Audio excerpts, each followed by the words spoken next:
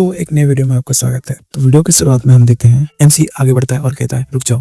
आदमी कहता है मिस्टर रोनन। एमसी उस समय देखता है, कहता है हे चिल्ड्रन ऑफ स्टार्स, तुमने ऐसा कहा क्या? इसका मतलब आयुध। वो आदमी देखता है और कहता है आयुध, तुमने यही कहा ना? तुम इस बारे में कह भी कैसे सकते हो ये नाम? और वो फूलने लगता है। एमसी देखता है व्हाट? आदमी कहता है प्लीज पीछे हो जाओ, और वो कोई मैजिक स्पेल कास्ट करता है। एडोन के मुंह से रोशनी निकलने लगता है और वहाँ पे एक बड़ा धमाका होता है और उसके खून के छींटे गिरने लगता है। आदमी कहता है माय मैंने ऐसा कुछ एक्सपेक्ट नहीं किया था। कर्स आई के द्वारा इन लोगों का कर्स ऑब्जर्व कर दिया गया था, फिर भी ये सब ऐसा कैसे हो गया?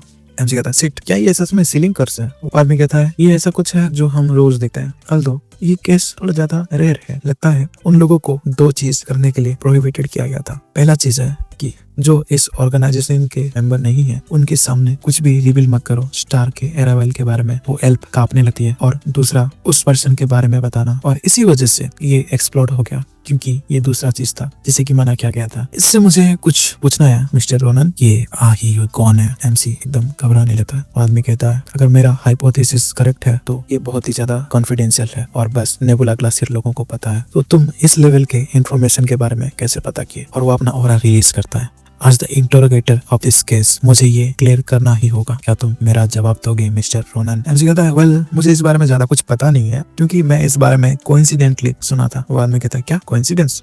एमसी कहता है यस, आपको ऑलरेडी पता ही होगा ग्रांड कापाडोसिया में जो भी कुछ हुआ था, मैं वो पहला बंदा हूँ जो इसके बारे में पता लगाया था। बैक देन मैंने दूर से ये सब कुछ सुन लिया था, वो लोग इस बारे में बात कर रहे थे। पहले मैं चुप रहा क्योंकि मुझे लगा ये ज्यादा कुछ खास नहीं होगा, लेकिन अभी यहाँ पे आने के बाद मुझे लगा कि ये इम्पोर्टेंट क्लू हो सकता है, तो मैं उस मोमेंट में ज्यादा आगे बढ़ गया बिना कुछ जाने। तो मैं माफी चाहता हूँ कि मैं सेल्फिशली इसके अंदर घुस गया। क्या ये एक्सप्लेनेशन आपके लिए काफी है? वो आदमी कुछ नहीं कहता। तो मन में सोचता है ये इन्फॉर्मेशन उसने कोइंसिडेंटली ऑब्टेन किया है। मुझे जरूर पता है कि वो हमसे कुछ छुपा रहा है, लेकिन ऐसा लग रहा है कि इससे एम्पायर को ज्यादा कुछ फर्क नहीं पड़ेगा क्योंकि इसके आंख देख के ऐसा लग रहा है कि इसका खून खोल रहा है। एक इच्छा, गिल्ट और गुस्सा इन कमीने लोगों के लिए। वो एमसी के आंख को देखे डर रहा होता है। स्वॉर्ड इंस्ट्रक्टर अपना तलवार निकालती है और फटाक से उस बुढ़े आदमी के गले पे रख देती है और कहती है तुम वही रुक जाओ कराका, मुझे ये मत कहना कि तुम मेरे डिसाइपल को इंटरोगेटिंग कर रहे हो, और वो भी मेरे सामने। वो आदमी घबरा के कहता है of course not farmer short Saint, मैं बस कुछ कंफर्म करना चाहता था। क्या ये सही नहीं होगा कि हम थोड़ा सा सतर्क रहे? और रोनन को माफी मांगता है और कहता है प्लीज मैं रूड हुआ, इसके लिए मैं माफी चाहता हूँ मिस्टर रोनन। इट्स फाइन, ये सुकून की बात है। अब जब सारा मिसअंडरस्टैंडिंग खत्म हो गया तो कोई बात नहीं, ये थोड़ा डेंजरस था, लेकिन अगर मैं कुछ भी गलत करता तो ये बुढ़ा आदमी मुझे बहुत ही ज्यादा टॉर्चर करता। बाय द वे ये बहुत ही ज्यादा दुख की बात है कि तुमने इस कर्स आई को खो दिया। इसको ढूंढना बहुत ही ज्यादा मुश्किल है। हम एक बार के लिए फैंटम स्पीशीज को ढूंढ सकते हैं, लेकिन इसको ढूंढना थोड़ा सा कठिन है। मुझे कहता है ये आंख मॉन्स्टर है ना, क्या ये सही है? वो आदमी कहता है ऑफ कोर्स, ये बहुत ही ज्यादा क्यूट है, इसे तुम ध्यान से देखो ना। क्या तुम्हें इसको छूना है? तभी वो आदमी देख के शॉक हो जाता है, कहता है द कर्स आई, ये चेंज हो गया है, यहाँ क्या चल रहा है? क्या इसने किसी कर्स को ऑब्जर्व किया है? लेकिन किससे? मैं तो इस सीरियल के पास भी नहीं गया। मुझे ये मत कहो ये तब की बात है जब मैं उस बंदे के ऊपर अपना हाथ रखा था माना शील्ड कास्ट करने के लिए। बस एक सेकंड में इतना सब हो गया। आदमी कहता है मिस्टर रोनन। एमसी कहता है हाँ बताइए क्या हुआ? एक्सक्यूज मी, कुछ समय के लिए मुझे माफ कर दो। और वो एमसी के हाथ में उस आंख को रख देता है। एमसी कहता है हाँ आप ये सडनली क्या कर रहे हो? वो कर्स एमसी के हाथ में चिपक जाता है और वो ब्लास्ट हो जाता है। एमसी कहता है हे क्या चल रहा है इधर? ये ऐसे एक्सप्लोड क्यों हो गया अपने आप? वो आदमी कहता है ये इस पॉइंट पे आ गया कि कर्सर इसे झेल भी नहीं सका, ये कैसे हो सकता है? वो कहता है प्लीज आप सरप्राइज मत हो और मुझे अच्छे से सुनो। ऐसा लग रहा है कि आपके ऊपर एक कर्स दिया गया है। एमसी कहता है क्या? आप सडनली ऐसे क्या बोल रहे हो? आदमी कहता है बाय एनी चांस क्या तुम कुछ रिस्ट्रिक्टेड फील कर रहे हो? क्या कुछ ऐसा कुछ एक्शन है जो कि तुम कर नहीं पा रहे हो? ऐसा कुछ चीज है जो तुम कर नहीं पा रहे हो, जैसे कि कूद नहीं सकते या लोहे की चीज को उठा नहीं सकते, समथिंग लाइक दैट, जो कि बस तुम ही नहीं कर सकते? एमसी मन में सोचता है, ऐसा लग रहा है कि हाँ ऐसा कुछ है। वो आदमी कहता है अगर आप इसको छुपाना चाहते हो तो मैं ज्यादा कुछ नहीं पूछूंगा, मुझे नहीं लगता कि मैं इसको सॉल्व कर पाऊंगा, लेकिन अभी के लिए आप बस इतना जानिए कि इस कर्स के स्ट्रेंथ को जज करके पता लग रहा है कि जो भी इसका कास्टर है वो बहुत ही ज्यादा बुरा इरादा रखता है आपके बारे में। हमें रात का सीन दिखाया जाता है। कोई कहता है आपने इतनी रात को बहुत ही ज्यादा हार्ड वर्क किया, हम जल्द ही मिस सिरिलिया के ऊपर भी इंटरोगेशन शुरू करेंगे और हम उस सील के बारे में ध्यान रखेंगे। वो कर्स ओरिजिनली बहुत ही ज्यादा स्ट्रॉन्ग है, तो हमें कुछ टाइम लगेगा इसके लिए। इंस्ट्रक्टर कहती है ठीक है, जब तुम कुछ पता लगाओ मुझे रिपोर्ट कर देना। आदमी कुछ नहीं कह पाता। एमसी को कहता है मिस्टर रोनन, ऐसा लग रहा है कि आप बहुत चीजों के बारे में सोच रहे हो। एमसी कहता है हाँ ये ऐसा है कि मुझे अभी पता चला कि मेरे बॉडी में कोई कर्स है जो कि मैं पूरी जिंदगी भर इसको लेके घूम रहा हूँ। वो बुड्ढा कहता है मैं समझ गया, लेकिन आप इसके बारे में अभी भी ज्यादा टेंशन मत लीजिए, आप तो फिलियन के स्टूडेंट है ना। एमसी कहता है क्या आपका मतलब क्या है। वो बुड्ढा आदमी कहता है मैं जितना जानता हूँ वो वहाँ पे बहुत ज्यादा समय से है, जिसको कि बेस्ट मैजिशियन कहा जाता है, जो कि कर्सेस में माहिर है इस कॉन्टिनेंट में। हमें दिखाया जाता है प्रोफेसर माया सेक्रेट। हम देखते हैं आसमान में कैरेज उड़ के जा रहा होता है। एमसी कहता है व्हाट द हेल, क्या गलत है इसमें। इंस्ट्रक्टर कहती है क्या ये इतना खुजली हो रहा है क्या। एमसी कहता है हाँ ये तब से ऐसा हो रहा है जब से उस आई बॉल मॉन्स्टर मुझे टच किया है, ये बहुत ही ज्यादा खुजली हो रहा है मुझे, इससे कोई प्रॉब्लम नहीं है ना। इंस्ट्रक्टर कहती है ये एक साइन है कि तुम्हारे बॉडी का कर्ज वीक पड़ रहा है, तो चिंता मत करो। ये तुम्हें अब भी पता नहीं लग रहा है क्या कि किस आदमी ने तुम्हारे ऊपर कर्ज किया है। मुझे कहता है यस, मैं जितना भी सोचूं मुझे पता नहीं चल रहा है कि ये कैसा हुआ है, कौन ऐसा कर सकता है, ऐसा कौन हो सकता है जो कि मेरे बारे में इतना बुरा सोच रखता है। मुझे लगा कि मैं एक अच्छा जीवन जिया हूँ, इतना अच्छा कि कोई मेरे बारे में बुरा नहीं सोचेगा, कोई मेरे अगेंस्ट ग्रज नहीं रखेगा, लेकिन अभी मुझे कोई भी आइडिया नहीं है कि क्या हो रहा है। एमसी कहता है राइट, आपका बहुत बहुत शुक्रिया ब्रूटल में सपोर्ट करने के लिए। उस बुढ़ा आदमी का आंख बहुत ही ज्यादा ब्रूटल था। मुझे ऐसा लगा कि ये मुझे कन्फेस करवा के ही रहेगा कि मैं एक क्राइम किया हूँ जो कि मैंने कभी किया ही नहीं है। आपको पता है, इंस्ट्रक्टर कहती है मैं इंस्ट्रक्टर के तौर पे अपना रिस्पॉन्सिबिलिटी को फुलफिल किया, तो मुझे शुक्रिया कहने की कोई जरूरत नहीं है। एमसी मन में सोचता है वो बस स्किल्ड ही नहीं है, उसका पर्सनैलिटी भी बहुत ही ज्यादा अच्छा है। मैं जितना भी उनको देख रहा हूँ मुझे ऐसा लग रहा है कि वो बहुत ही ज्यादा अच्छा इंसान है, लेकिन ये थोड़ा स्ट्रेंज है। मैं अपने प्रीवियस लाइफ में उनके बारे में थोड़ा सा भी क्यों नहीं सुना। मुझे आप ये मत कहो कि नेबुला ग्लाशियर इसके पीछे है, या शायद ऐसा भी हो सकता है। फिर हमें नेक्स्ट डे का सीन दिखाया जाता है, सेरी फॉरेस्ट का सीन, जहाँ पे मैजिक डिपार्टमेंट के लिए डेडिकेटेड प्रैक्टिस किया जाता है। हमें उसका एंट्रेंस का सीन दिखाया जाता है।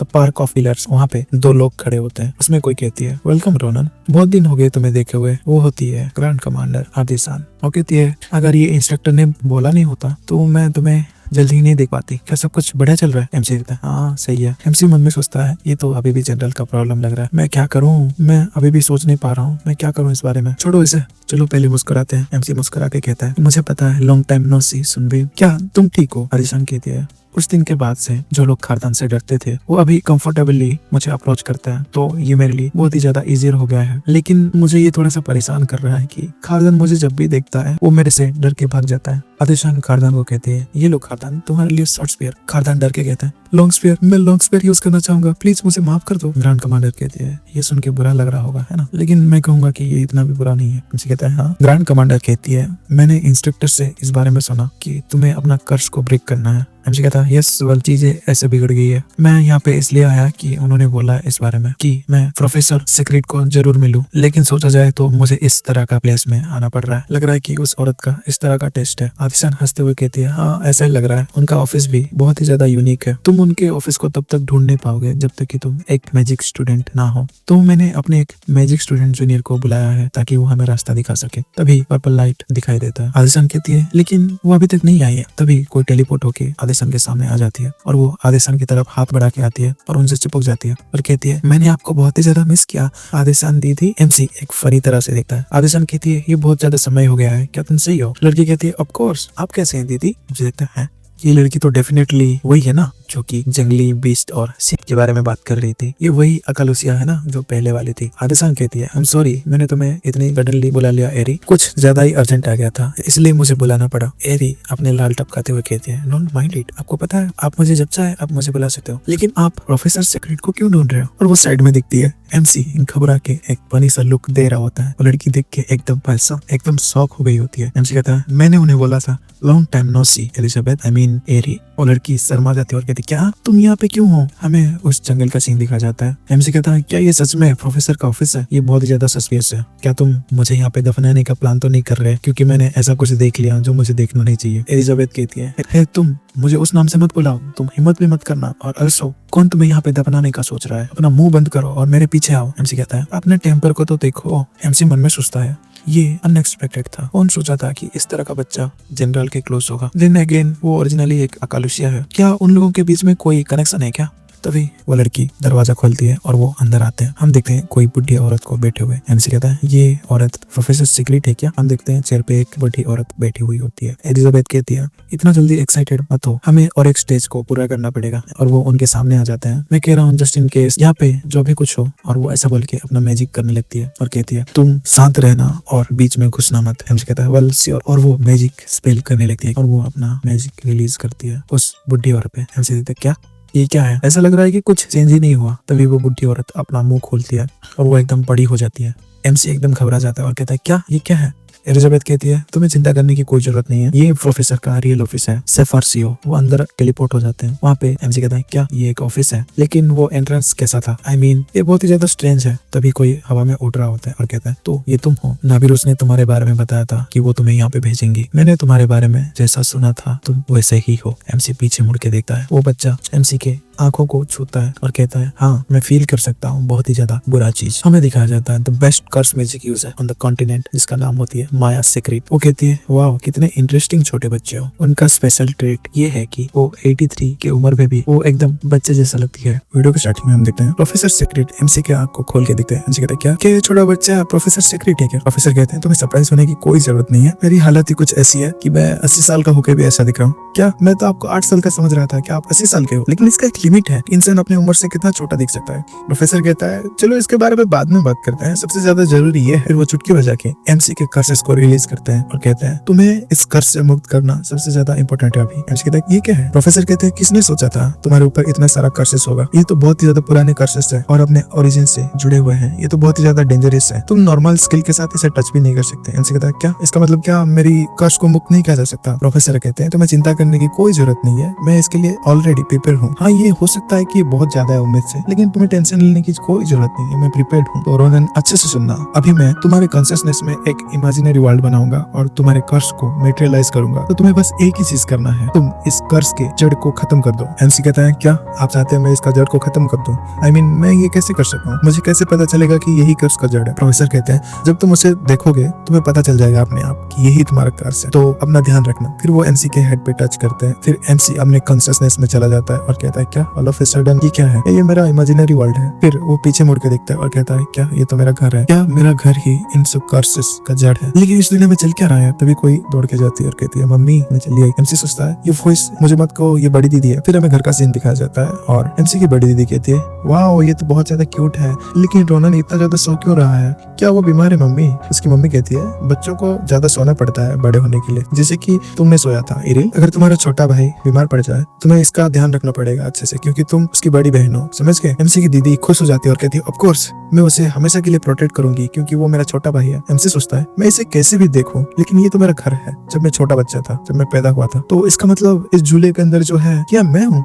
नो वे, क्या मैं भी कभी बच्चा था? अरे यार मुझे लगा था मैं तो बड़ा होकर पैदा हुआ हूँ। तो एनीवे इसका मतलब मैं अपना पास्ट देख रहा हूँ, लेकिन ये पास्ट मुझे याद क्यों नहीं है? तभी कोई दरवाजा खोल के अंदर आता है। एमसी सोचता है व्हाट, मैं अपना बॉडी को हिला नहीं पा रहा हूँ, ये कभी ना कौन है? तभी इरिल खुश होके कहती है वो पापा आ गए। एमसी की मम्मी कहती है आप इतना जल्दी आ गए? वो आदमी कुछ कहता है लेकिन हमें वो बताया नहीं जाता। एमसी की मम्मी कहती है क्या? एमसी की मम्मी कहती है वो झूले में झूल रहा है मेरे पीछे। आप रोनन के फेस के बारे में बहुत ज्यादा क्यूरियस होंगे है ना, तो आप जल्दी से जाके एक बार उसे देख लो। फिर वो आदमी कुछ कहता है लेकिन हमें बताया नहीं जाता। फिर एमसी की मम्मी कहती है क्या डेंजरस? फिर वो आदमी एमसी की मम्मी पे मैजिक करता है और वो बेहोश हो जाती है, नीचे गिर जाती है। इरिल देखती है क्या? एमसी एकदम गुस्सा हो रहा होता है कि मम्मी। वो आदमी कुछ कहता है लेकिन हमें बताया नहीं जाता। इरिल सोच रही होती है ये सडनली क्या हो रहा है। फिर वो इरिल की तरफ अपना हाथ बढ़ाता है और उसके ऊपर भी एक मैजिक करके उसको बेहोश कर देता है। एमसी गुस्से में कहता है बड़ी दीदी हे तुम कमीना आदमी, तुम क्या कर रहे हो? फिर एमसी देखता है ये तो वही चीज है ना जो मेरी बॉडी से निकल रहा था। फिर वहाँ पे एक तेज रोशनी निकलता है। एमसी गुस्से में अपना दांत रगड़ते हुए कहता है हाँ मैं सही था, तुम भी वही हो, सारे कर्सेस का जड़।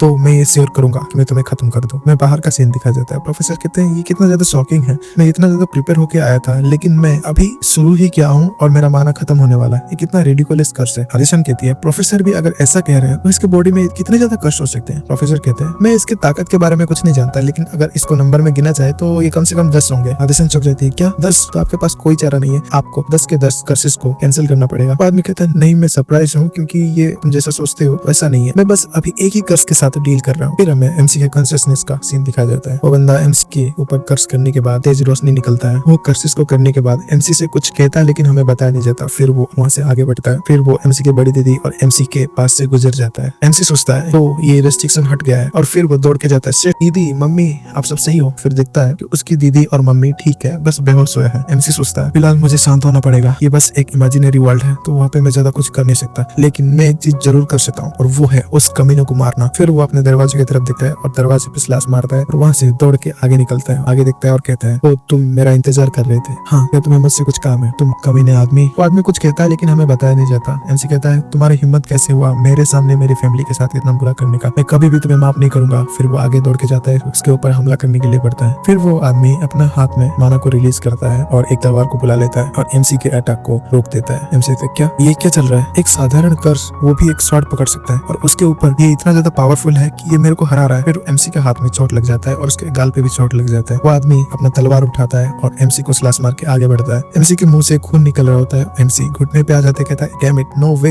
ये नहीं हो सकता। मेरा स्वॉर्ड इसे टच भी नहीं कर पा रहा, ऐसा कैसे हो सकता है? ये मुझे दूर भगा रहा है क्योंकि ये मुझे कुछ नहीं कर सकता। मैं इसे ऐसे खत्म होने नहीं दे सकता, तो मुझे उठना ही पड़ेगा। हे कमीने, मुझे तुमसे बहुत कुछ पूछना है। मैं अभी भी खत्म नहीं हुआ हूँ। तुमने ये सब क्यों किया? मेरी मम्मी और मेरी बड़ी दीदी इस तरह का एक्सप्रेशन और बात नहीं करते ऐसे किसी के सामने। मैंने उनकी आंखों में वही फेमिलियर अफेक्शन देखा जब मैं मेरी बड़ी दीदी से बात करता हूँ। नो मैटर मैं ये कैसे भी सोचूं, तुम वही कमीने हो, है ना? लेकिन तुम कमीने, तुमने ऐसा क्यों किया?" वो आदमी कुछ नहीं कहता। एमसी कहता है, "क्या तुम कुछ नहीं कहोगे? मेरे फैमिली के साथ इतना ज्यादा बुरा करने के बाद और मेरे ऊपर कर्ज लगाने के बाद ना ही तुम कोई एक्सप्लेन कर रहे हो और ना ही कोई एक्सक्यूज बना रहे हो।" फिर वो गुस्से में जाते आगे बढ़ के उसके गले को काट देता है। उसका गला हवा में उड़ के नीचे गिरता है। एमसी उसके सर में अपना तलवार घुसा देता है और कहता है, "राइट, मैं भूल गया था कि तुम बात करना नहीं चाहते, तो मैं ये खुद ही ढूंढ लूंगा। मेरे बॉडी से दफा हो जाओ तुम कमीने इंसान।" फिर हमें बाहर का सीन दिखा जाता है प्रोफेसर सेक्रेट के लाइब्रेरी में। एमसी होश में आ जाता है और कहता है, "क्या मैं कहाँ पे हूँ? ये सफर इश्यू है क्या?" प्रोफेसर कहते हैं, "तुम फाइनली उठ गया, क्या तुम्हें ऐसे ही लग रहा है रोनन?" रोनन कहता है, "आप कौन है?" एमसी सोच रहा होता है ये कौन है। फिर उसको समझ आता है कि ये तो प्रोफेसर सेक्रेट है। प्रोफेसर कहते हैं, "हाँ, तो तुमने मुझे पहचान लिया, एज एक्सपेक्टेड। तुम्हारे पास बहुत ही अच्छा सेंस है।" एमसी कहता है, "आई मीन आप तो इतना ज्यादा बदल गए, क्या ये मेरी वजह से है?" प्रोफेसर कहता है, "नहीं, ये तुमसे रिलेटेड नहीं है, तो तुम्हें चिंता करने की कोई जरूरत नहीं है। वो सब छोड़ो, क्या तुम्हें कुछ अलग लग रहा है रोनन?" एमसी कहता है, "क्या?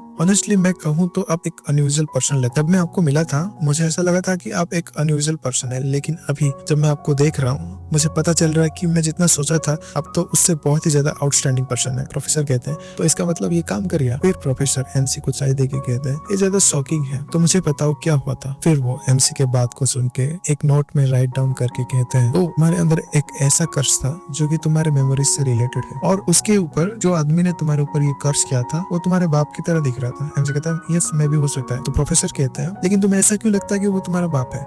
तुमने तो कहा था कि उसका फेस अनरिकॉग्नाइजेबल है।" एमसी कहता है, "ये इसीलिए है क्योंकि मैंने मेरी बहन और बड़ी दीदी की बातें सुनी थी और टू बी ऑनेस्ट वो कमीना मेरे फैमिली के साथ बहुत ही ज्यादा बुरा किया और तब मुझे ऐसा फील हुआ कि ये मेरा कोई खुद का नहीं है। एक अनफेमिलियर दुख मुझे महसूस हुआ, इसलिए मैं अपने आप को रोक नहीं पाया और बहुत ही ज्यादा फ्यूरियस होकर गुस्सा हो गया। लेकिन मैं अभी सोच रहा हूँ क्या वो आदमी भी मेरी तरह फील कर रहा होगा?" प्रोफेसर कहते हैं, "क्या तुम्हारे पास अपने फैमिली का कोई मेमोरीज नहीं है?" मुझे कहता है, "नहीं, हमारे पास कोई भी मेमोरीज नहीं है। मेरी बड़ी दीदी और मैं कभी इसके बारे में सोचा ही नहीं। हमारे पास ऐसा मेमोरीज है कि हम लोग अपने आप ही बड़े हुए हैं।" प्रोफेसर सेक्रेट कहते हैं, "तो तुम्हारे अंदर अपना माना यूज करने की कैपेबिलिटी को लॉक कर दिया गया था और उसके साथ साथ तुम्हारी मेमोरीज को भी लॉक कर दिया गया था। ऐसा लग रहा है कि तुम्हारे बाप ने ही ये कर्ज तुम्हारे ऊपर किया होगा और तुम्हारे मेमोरीज के साथ खेला होगा। जब वो कास्टर तुम्हारे ऊपर ये सब कर रहा था तो उसी समय ये सब कुछ तुम्हारे अंदर ट्रांसफर हो गया। मैजिक स्पेल्स जो कि मेमोरीज से रिलेटेड होते हैं वो ज्यादातर ऐसे ही साइड इफेक्ट दिखाते हैं। तो इसको देख के मैं बिलीव करता हूँ कि तुम्हारा इमेजिनरी वर्ल्ड नेचुरली मटेरियलाइज हो गया है तुम्हारी मेमोरी के साथ। और हम देखें तो तुमने तुम्हारा कर्ज हटने से पहले ही तुम माना को यूज कर पाए। शायद ये इसलिए भी हो सकता है क्योंकि तुमने अपने मेमोरीज के कुछ हिस्से को देखा था। एमसी अपने हाथ को देता है और कहता है, "तो ये हर तरफ जो चमक रहा है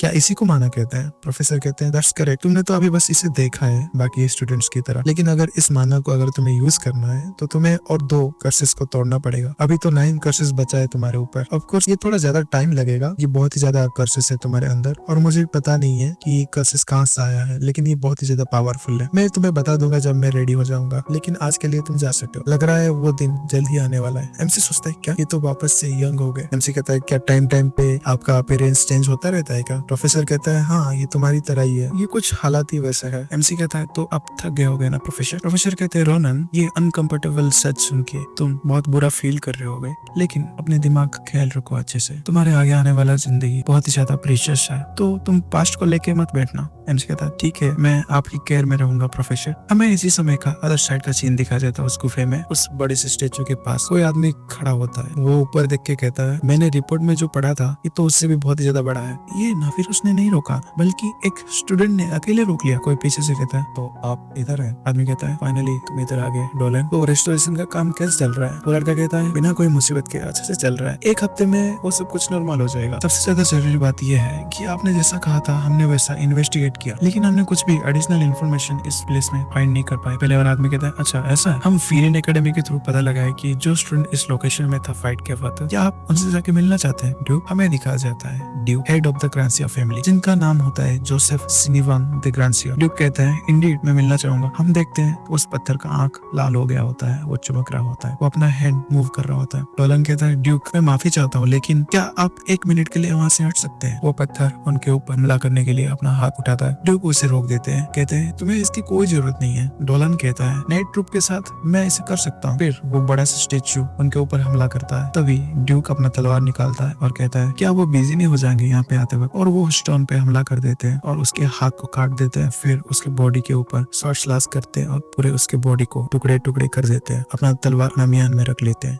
और कहते हैं चलो डोलन यहाँ से चलते हैं। हम उनके पीछे देखते हैं उस स्टोन स्टेचू का पूरा चकनाचूर हो गया होता है। ड्यूक कहते हैं चलो हम उस यंग हीरो को मिलने चलते हैं फिलियन। हमें नेक्स्ट मॉर्निंग का सीन दिखा जाता है नवरडोज हॉल का डॉम्स रूम। एमसी कहता है ये कौन कमीना हो सकता है जो इतनी सुबह सुबह मेरे दरवाजे पे नॉक कर रहा है? एमसी उससे पूछता है तुम कौन हो? यहाँ पे ऐसा ही किसी का अलाउड नहीं है। डोलन कहता है तुम कमीने कितने रूडली बात कर रहे हो, तुम्हें सब कुछ पता है, फिर भी तुम ऐसे एरोगेंट बिहेव कर रहे हो मेरे बारे में। एमसी कहता है ऑफ कोर्स मुझे नहीं पता, वेल तुम्हें देख के तो लग रहा है कि तुम किसी नोबल फैमिली के गेट कीपर हो। एमसी सोचता है लेकिन इसका माना को मैं सेंस कर पा रहा हूँ जो कि बहुत ही ज्यादा डार्क है, पर इसके साथ साथ कुछ अलग चीज भी मिला हुआ है। क्या ये चीज भी माना है? लेकिन ये थोड़ा फेमिलियर फील हो रहा है। पीछे से ड्यूक आके कहते हैं बस हो गया डोलन, ये हमारी गलती है कि हम बिना बताए इसके घर पे आ गए। डोलन कहता है लेकिन ड्यूक। एमसी देख के शौक होता है क्या ये इस एम्पायर का ड्यूक है? ड्यूक कहते हैं मुझे माफ कर दो रोनन, मैं फिर से माफी मांगना चाहता हूँ मेरे गार्ड नाइट के इस तरह का बिहेवियर के लिए। अगर ये रूड नहीं है तो मैं कुछ पूछना चाहूंगा, क्या मुझे थोड़ा सा टाइम मिल सकता है तुम्हारा? एमसी कहता है तो आप ऐसा बोल रहे हो कि ये न्यूली फिनिश्ड सीट है मेरे लाओमांसा के लिए, लेकिन ये आप क्यों लेके आए सर? ड्यूक कहते हैं ग्रांड कापाडोसिया का क्राफ्टमैन मुझे रिक्वेस्ट किया इसके लिए। क्राफ्टमैन लॉरेन स्पेशली मेरे सामने भीख मांगे कि मैं इसको तुम्हारे पास लेके आऊँ और उसके ऊपर मैं तुम्हें ग्रेटिट्यूड पेश करना चाहूंगा। हम ग्रांसिया फैमिली और ग्रांड कापाडोसिया बहुत ही लंबे समय से कॉमरेड्स हैं। मेरा फेवरेट स्वॉर्ड फेल लॉर्ड वही ग्रांड कापाडोसिया का क्राफ्टमैन लॉरेन के बनाया हुआ है, तो इतना तो बनता है अपने यंग हीरो के लिए और हमारे बेनिफिक्टर के लिए जो हमारे ग्रांड कापाडोसिया को बचा लिया। ऐसा तुम नहीं सोचते क्या रोनन? और ऑफ कोर्स ग्रीटिंग के अलावा भी मैंने तुम्हारे लिए कुछ गिफ्ट प्रिपेयर किया है। एमसी कहता है ये तो ग्रांसिया का क्रेस्ट ऑफ प्रूफ है और इसके ऊपर तो फैमिली हेड का सील भी लगा है। एमसी कहता है क्या आप इतना प्रेशियस चीज मुझे दे रहे हो? इससे तो मैं आराम से 3 विलेज खरीद सकता हूँ। ड्यूक कहते हैं मैं कम से कम अपने सेवियर को इतना तो कर ही सकता हूँ ताकि हमारा ग्रांसिया का हॉनर बचा रहे। अभी तक तो क्राफ्टमैन का गिफ्ट और क्रेस्ट ऑफ प्रूफ उन स्टूडेंट के पास पहुंच गया होगा जो इस चीज में पार्ट लिए थे। आई रियली होप कि उनको ये पसंद आए। एमसी कहता है मैं अभी से पता लगा सकता हूँ कि वो आपको थैंक यू बोल रहे होंगे। हम देखते हैं आस्ले और मारिया दोनों घुटने पे आके उनको शुक्रिया बोल रहे होते हैं। ड्यूक कहते हैं चलो तो ये बढ़िया है, तो हम दूसरे मैटर में आगे बढ़ते हैं। उस इंसिडेंट के पीछे कौन है? तुम उस बारे में क्या जानते हो? मैं इसके बारे में बहुत ही ज्यादा इंटरेस्टेड, जो बेशरम लोग इनके पीछे हैं मैं उनके बारे में जानना चाहूंगा। एमसी उनके ओरे को देखता है और अपने मन में सोचता है क्या यही फैमिली हेड है जो कि ग्रांसिया हाउस को लीड करते हैं? एमसी कहता है मुझे नहीं पता आपने कितना ढूंढ निकाला है, लेकिन आप एक बात जान लो, हम जितना सोच रहे हैं वो कमीने उससे भी ज्यादा पागल है। हम देखते हैं उसकी बातों से डोलन गुस्सा हो रहा होता है। एमसी कहता है मुझसे जितना हो सका मैंने उतना जल्दी उनको पकड़ने का ट्राई किया, लेकिन फिर भी उन्होंने बस यही कहा। फिर वो महसूस करता है हाँ उसको देख के लग रहा है कि वो 1 इंच भी नहीं हिला तब से, लेकिन मैं जब उन कमीनों के बारे में बोल रहा हूँ ये रिएक्ट कर रहा है। अगर सोचा जाए तो ये फेमिलियर फीलिंग है जो कि उन कमीनों से आ रहा था जब मैं उन लोगों से फेस कर रहा था। मुझे ये मत कहो कि ये इंसान। ड्यूक कहता है डोलन तुम्हें क्या हुआ? तुमने सडनली बोलना क्यों बंद कर दिया? क्या तुम्हें कुछ डिस्कम्फर्ट महसूस हो रहा है कहीं पे? एमसी मन में सोचता है ड्यूक ग्रांसिया एक बहुत ही ज्यादा स्ट्रॉन्ग पर्सन है इस कॉन्टिनेंट में, क्या ये उसे देख नहीं सकते? क्या ये बस मेरी आंखों में विजिबल इनविजिबल है। देन एमसी कहता है your excellency by any chance क्या आपको अरेवल ऑफ स्टार्स के बारे में पता है कुछ? एमसी मन में सोचता है क्या मैं एक चारा डाल के देख सकता हूँ? तो कहता है नेबुला ग्लाशियर एक ऑर्गेनाइजेशन जो कि चिल्ड्रन ऑफ स्टार्स को सपोर्ट करता है। ड्यूक कहते हैं मैं बिलीव नहीं कर सकता इस तरह की चीजें हमारे कॉन्टिनेंट में एग्जिस्ट कर रहा है। क्या तुमने सच में इस इंफॉर्मेशन को अपने आप हासिल किया है? एमसी कहता है यस, इंस्ट्रक्टर के आने से पहले मैंने उनका एक पैर काट दिया था तो उन्होंने आराम से उगल दिया। उन कमीनों को रोते हुए देख के मुझे बहुत ही ज्यादा हंसी आ रही थी। वो लोग अपनी जान के लिए भीख मांग रहे थे। क्या मैं इसको एक्सप्लेन करूँ डिटेल में? ड्यूक कहते नहीं चलेगा, मैं रोडोलान का ऑफिशियल डॉक्यूमेंट्स देख के इसको कंफर्म कर लूंगा। अगर मैं इससे ज्यादा कुछ सुन लिया तो मेरी भूख मर जाएगी। एमसी कहता है वेल अगर आप यही चाहते हो। फिर वो सोचता है मुझे ज्यादा बोलने की कोई जरूरत नहीं है क्योंकि मैंने पहले ही देख लिया है कि वो अपने आप को कंट्रोल नहीं कर पा रहा। ड्यूक कहते हैं ठीक है तो हम यहाँ से जा रहे हैं। एमसी मन में सोचता है मुझे नहीं पता था कि ये ग्रांसिया के बीच में भी छुपे हुए हैं ऐसे प्लेस में। मुझे जल्दी ही इमरजेंसी मेजर लेना पड़ेगा। एमसी उनसे कहता है आपको उन कमीनों के बारे में कुछ जानना पड़ेगा। ड्यूक कहता है हाँ क्या जानना पड़ेगा मुझे? एमसी कहता है नहीं कोई बात नहीं,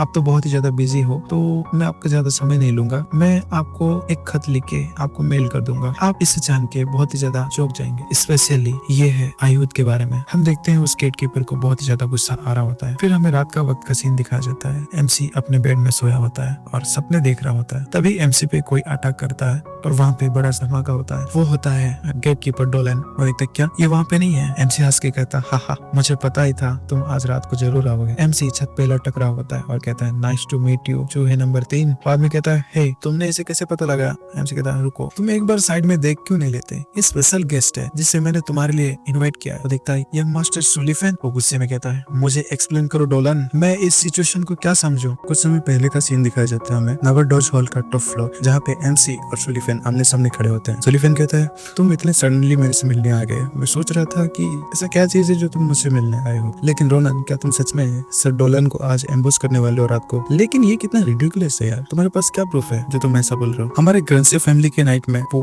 बहुत ही ज्यादा ग्रेट स्किल रखते हैं और बहुत ही ज्यादा लॉयल है हमारे लिए। इसलिए बस 4 सालों के बाद उनको मेरे फादर का बॉडीगार्ड के लिए चुना गया है और तुम ऐसा ही कुछ भी कह रहे हो। एमसी कहता है बस और अच्छा तो तुम कह रहे हो कि बस 4 साल में वो बन गया, देन अब तक तो ग्रांसिया का बहुत बुरा हाल हो गया होगा। सुलिफेन कहता है क्या? एमसी कहता है अरे उसे भूल जाओ, लेकिन अभी वो किसी के भी साइड में हो इससे तुम्हारा कुछ भी नहीं जाएगा। अगर मैं जो बोल रहा हूँ ये सच है तो क्या तुम उसे बाहर निकाल दोगे जो चूहा तुम्हारे घर के अंदर छुपा हुआ है? सुलिफेन गुस्से में कहता है हे क्या तुमने मुझे नहीं सुना? मैंने कहा तुम मुझे एक्सप्लेन करो डोलन। और वो डोलन की तरफ अपना शॉर्ट पॉइंट करता है और कहता है जवाब दो मुझे। एमसी उसका मजाक उड़ा के कहता है हा क्या पागल इंसान हो यार तुम, वो ऐसे ही थोड़ी ना तुम्हें बता देगा कि वो गद्दार है। इतने नादान हो तुम इस दुनिया में कैसे जिंदा रहोगे? तभी डोलन अपना पैर उठा के नीचे जमीन पे मारता है और उसके साथ साथ उसका ऑरा रिलीज होता है। सुलिफेन और एमसी एकदम शॉक हो रहे होते हैं। एमसी कहता है मेरा बॉडी तो एकदम हेवी हो गया, क्या ये इस कमीने का ऑरा है? वो आगे देखता है तो डोलन एमसी की तरफ अटैक करने के लिए आगे बढ़ के एमसी पे अटैक करता है तो एमसी उसको डिफेंड करके पीछे गिरता है। सुलिफेन गुस्से में कहता है हे डोलन ये सब क्यों कर रहे हो? डोलन उसके तरफ भी आता है हमला करने के लिए और उस पे हमला करता है तो स्वॉर्ड्स एंड सुलिफेन उसको रोक लेता है। डोलन कहता है ये मेरे लिए अच्छी बात है कि तुम अभी भी इनएक्सपीरियंस हो अपने ऑरा का रेंज को कंट्रोल करने के लिए यंग मास्टर। तुम उस तरह का आउटरेजियस टेक्निक इस तरह की जगह पे कभी इस्तेमाल नहीं कर पाओगे जहाँ पे तुम्हारे गुस्से की वजह से बहुत ही ज्यादा लोग खत्म हो जाएंगे। उसके बाद सुन के सुलिफेन गुस्सा हो रहा होता है। डोलन कहता है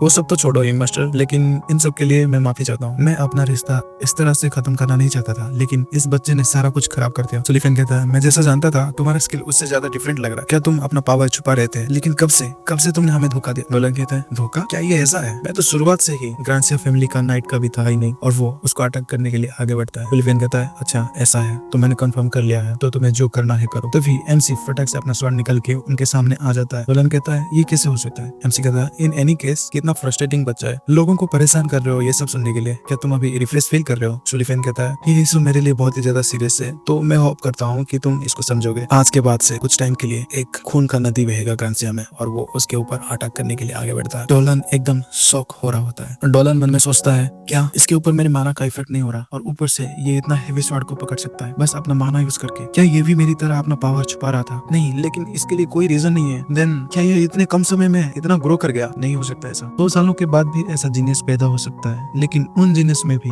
ये तो मॉन्स्टर है मॉन्स्टर। एमसी कहता है तुम इन सब के बीच में भी बहुत ज्यादा रिलैक्स कर रहे हो है ना आजुशी, तुम तो इन सब से डिस्ट्रैक्ट हो रहे हो। एमसी उसके ऊपर अटैक कर रहा होता है और वो उसको रोक रहा होता है और सोचता है ये तो इम्पॉसिबल है, ये लड़का तो दूसरा मॉन्स्टर है। एमसी उस पर हमला करता है तो डोलन डॉज कर लेता है। एमसी कहता है क्या उसने डॉज कर लिया? ये फिर डोलन एमसी को एक लात दे के मारता है तो एमसी हवा में उड़ के पीछे जाता है। डोलन सोचता है शिट मैंने बहुत ही काफी ज्यादा आवाज कर दिया। अगर ऐसा ही चलता रहा तो यहाँ पे प्रोफेसर आ जाएंगे, मुझे कैसे भी हो भागना ही पड़ेगा। तो वो वहाँ से दौड़ के आगे चलता है और सोचता है डैम इट, मैंने बस इस छोटे बच्चे को पकड़ना चाहा और चीजें इस तरह कॉम्प्लिकेटेड हो गया। ये मेरी गलती है कि मैं ये कभी नहीं सोच पाया कि ऐसा भी हो सकता है। अभी के लिए मुझे छुपना ही पड़ेगा और एक अपॉर्चुनिटी का वेट करना पड़ेगा ताकि मैं इनकी पीठ पीछे छुरा भोग सकूं। सुलिफन कहता है यू आर राइट डॉलन, और वो उड़ के उसके पास आता है और कहता है हाँ, मेरे फादर की तरह मैं एक्सपीरियंस नहीं हूँ, इसलिए मैं स्टॉर्म स्वॉर्ड को प्रॉपर्ली यूज नहीं कर सकता, लेकिन सब कुछ जान के तुम इस तरफ भाग रहे हो, तुम कितने ही फुलिश हो। इस जगह पे किसी को कोई चोट नहीं पहुंचेगा। तुम्हें नहीं लगता यहाँ पे कोई नहीं है तो मैं तुम धोखेबाज को जरूर पनिश करूंगा। ग्रांसिया फैमिली सीक्रेट स्वॉर्ड, और वो अपना स्टॉर्म स्वॉर्ड को रिलीज करता है और उस पर अटैक करता है। डॉलन कहता है सिट, और वो उसको रोक रहा होता है। फिर वो पीछे देखता है और उसकी आंखें बंद होती रहती है और वो सोच रहा होता है वो सितारे। हम देखते हैं सुलिफन के पावर से वहाँ पे एक स्वॉर्ड का टॉर्नेडो बन गया होता है। सुलिफन अपने म्यान में तलवार को रखे कहता है आज के बाद से मेरी फैमिली में मैं कोई भी याद नहीं करेगा, लेकिन ये मैटर नहीं करता क्योंकि तुम कभी ग्रांसिया फैमिली के थे ही नहीं। एनसी कहता है तो तुमने उसे खत्म कर दिया, तुमने तो बहुत अच्छा किया, तुम बहुत ही ज्यादा गुस्से में होंगे है ना। मैं सोच रहा हूँ कि इस हालत में हम रोडेलन स्टेट को इसको हैंड ओवर कर सकते हैं कि नहीं। सुलिफन कहता है तुम्हें चिंता करने की कोई जरूरत नहीं है, मैंने बस ऐसे मारा है ताकि वो जिंदा रहे। थियोरेटिकली देखा जाए तो फिर वो कुछ नहीं कहता। एमसी कहता है क्या, एमसी कहता है क्या तुम क्या कह रहे हो ये। सुलिफन कहता है एनीवे ये सही है, जबकि तुम यहाँ पे हो तो मैं जल्दी से जाके अपनी फैमिली को इस बारे में बता देता हूँ as soon as possible, क्योंकि हमें इन गद्दारों को खत्म करना ही होगा। तो मैं बाकी सब चीजें तुम्हारे ऊपर छोड़ के जा रहा हूँ। और वो वहाँ से भाग जाता है। एमसी कहता है क्या तुम ऐसे ही इसको कैसे छोड़ सकते हो, तुमने ये सब डिस्ट्रॉय किया और तुम मुझे ऐसे कैसे छोड़ सकते हो। हम देखते हैं एमसी के पीछे एक पोर्टल ओपन होता है। कोई कहता है रोनन क्या चल रहा है, वो भवंडर किस तरह का था, क्या तुम्हारे ऊपर कोई अटैक हुआ है। एमसी कहता है अच्छा आप यहाँ पे प्रिंसिपल और इंस्ट्रक्टर। हम देखते हैं प्रिंसिपल और इंस्ट्रक्टर वहाँ पे आ गए होते हैं। एमसी इंस्ट्रक्टर की बूबीज को देखता है जहाँ पे की एक सांप बना होता है। एमसी क्या सांप बना है। एमसी थम्स अप करके कहता है आपके पास तो बहुत ही ज्यादा बढ़िया टॉप है मिस। और इंस्ट्रक्टर गुस्से में कहती है हे तुम मुझे बस बताओ। प्रिंसिपल कहता है उसने सही कहा, इंस्ट्रक्टर का पजामा अभी इंपॉर्टेंट नहीं है, ये अच्छी बात है कि तुम हर्ट नहीं हुए हो, क्या तुम मुझे एक्सप्लेन करोगे यहाँ पे क्या चल रहा है। एमसी कहता है हाँ मैं ऑफ कोर्स इसे एक्सप्लेन करूंगा, लेकिन प्रिंसिपल क्या आप मेरे पीछे इसको रिपीट कर सकते हो पहले। प्रिंसिपल कहता है क्या मैं तुम्हारे पीछे रिपीट करूँ इसे, लेकिन तुम्हारे कहने का क्या मतलब है। एमसी कहता है आयुध एक चादर मौत है। वाटसन और प्रिंसिपल एकदम शौक में होते हैं। वो कहते हैं क्या आयुध एक चादर मौत है। हम देखते हैं प्रिंसिपल ऑफिस का सीन। प्रिंसिपल कहते हैं अच्छा तो ग्रांसिया की फैमिली में एक स्पाई छुपा हुआ था, तो जितना मैंने सोचा नहीं था उससे भी ज्यादा बुरा सिचुएशन है, तुमने इस टाइम बहुत ही अच्छा किया रोनन, हमने चीजों को खराब होने से बचा लिया तुम्हारी वजह से, थैंक यू रोनन। एमसी कहता है नहीं नहीं शुक्रिया की कोई जरूरत नहीं है सर जी। एमसी सोचता है अभी के लिए इसको सीक्रेट रखा जाए कि मैं उस तरह का मानव को देख सकता हूँ, लेकिन मैं 100% श्योर नहीं हूँ कि अगर ये इन्फॉर्मेशन लीक हो गया तो सिर्फ मैं ही नहीं मेरे साथ में जो भी है वो भी खतरे में आ जाएंगे। प्रिंसिपल कहता है ये केस को जल्द ही शुरू किया जाएगा, ग्रांसिया में बहुत ही बड़ा इन्वेस्टिगेशन जारी किया जाएगा, तो तुम चिंता मत करो। बाय द वे रोनन ये एम्पायर तुम्हारा रूढ़ी रहेगा, 2 बार हो गया ये तुम बचाते हुए, तो मैं प्रिंसिपल की जगह पे होते हुए मैं तुम्हें कुछ रिवार्ड देना चाहूंगा, क्या तुम्हें कुछ चाहिए रिवार्ड में। रोनन एमसी कहते हैं क्या सच में, ये तो बहुत ही ज्यादा बढ़िया है। रोनन कहता है मुझे एकेडमी में कुछ करना है, क्या आप इसके लिए प्लीज अप्रूव कर दोगे। प्रिंसिपल कहता है हाँ ऐसा चीज जो कि मेरे अप्रूवल की जरूरत है, मैं उसके बारे में क्यूरियस हूँ। हमें नेक्स्ट डे का सीन दिखा जाता है फिलियन प्लाजा का। वहाँ पे एमसी नोटिफिकेशन बोर्ड के पास खड़ा होकर कहता है अटेंशन एवरीवन, क्या तुम स्कूल के अंदर के क्लब एक्टिविटी कर करके थकने गए हो, तो मैं ये सब तुम्हारे लिए प्रिपेयर किया हूँ। इसको कहा जाता है the special class adventure club. कोई पूछता है स्पेशल क्लास एडवेंचर ये क्या है। एमसी उसके मुंह में उंगली रख के कहता है गुड क्वेश्चन। तो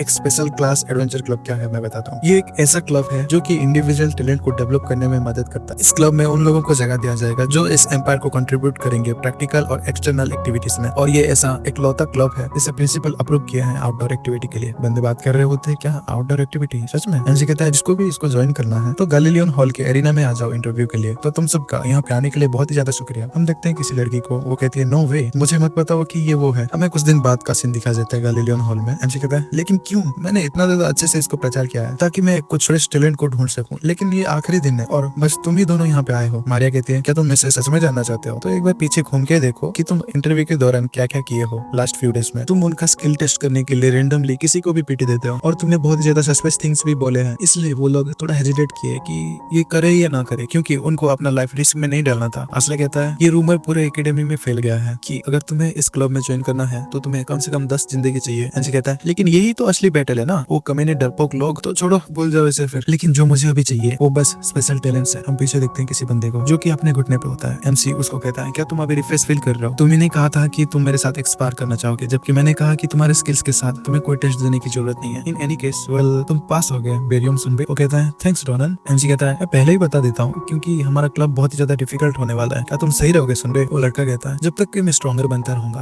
तो मुझे कुछ भी चलेगा। एमसी कहता है ऑल राइट देन, तो आज के लिए तुम सब लोग जा सकते हो, रियल इलेक्शन से पहले तुम थोड़ा सा आराम कर लो। असली कहता है तुम्हारे बारे में क्या है रोनन, तुम क्या करोगे। एमसी कहता है वेल यहाँ पे अभी भी समय है तो मैं थोड़ा और इंतजार करूंगा, किसे पता यहाँ पे एक प्रोमिसिंग टैलेंट आ जाए, मैं रात का वक्त दिखा जाता है। एमसी एकदम थक के बैठा होता है, क्या एक सिंगल आदमी भी नहीं आया उसके बाद से, तो छोड़ो और कुछ नहीं कर सकते, चलते हैं यहाँ से। एमसी आदिशन को कहता है आपका शुक्रिया, आप आपका असिस्टेंट का वर्क में बहुत ही ज्यादा बिजी होंगे, लेकिन आपको जैसे ही टाइम मिला आप आ गए मेरे लिए। आदिशन कहते हैं नहीं ये कोई बात नहीं है, बाय द वे कितनी दुख की बात है, मैं भी इसे अप्लाई करना चाहती हूँ, अगर मैं ये असिस्टेंट वर्क नहीं करता तो मैं इसे जरूर अप्लाई करती। इसे सोचता है मैं इसे बता नहीं सकता कि अगर ये अप्लाई भी कर दे तो भी मैं इसे नहीं लेने वाला, मुझे जल्दी डिसीजन लेना पड़ेगा कि इसको इसके ड्रीम से गिव अप करवाऊं या ना करवाऊं। वेल जबकि एक इम्पोर्टेंट चीज है तो इसे ये अच्छे से सोचना पड़ेगा। कोई मिस्टीरियस बंदा कहता है कितना रिलीफ है कि तुम यहाँ पे अभी भी हो। एमसी देखता है आप कब आए, क्या तुम यहाँ पे इंटरव्यू के लिए आए हो और हमारे क्लब को ज्वाइन करने के लिए आए हो। वो मिस्टीरियस बंदा कहता है क्या क्लब, क्या मैं ज्वाइन कर लूँ तो क्या मैं। एमसी कहता है क्या आप क्या कहे, मैंने कुछ सुना नहीं क्योंकि आपने बहुत ही ज्यादा धीरे बोला। वो मिस्टीरियस बंदा अपने सर से अपने हुडी को निकाल के कहता है अगर मैं इस क्लब को ज्वाइन कर लूँ तो क्या मैं इसे छू सकता हूँ तुम्हारा।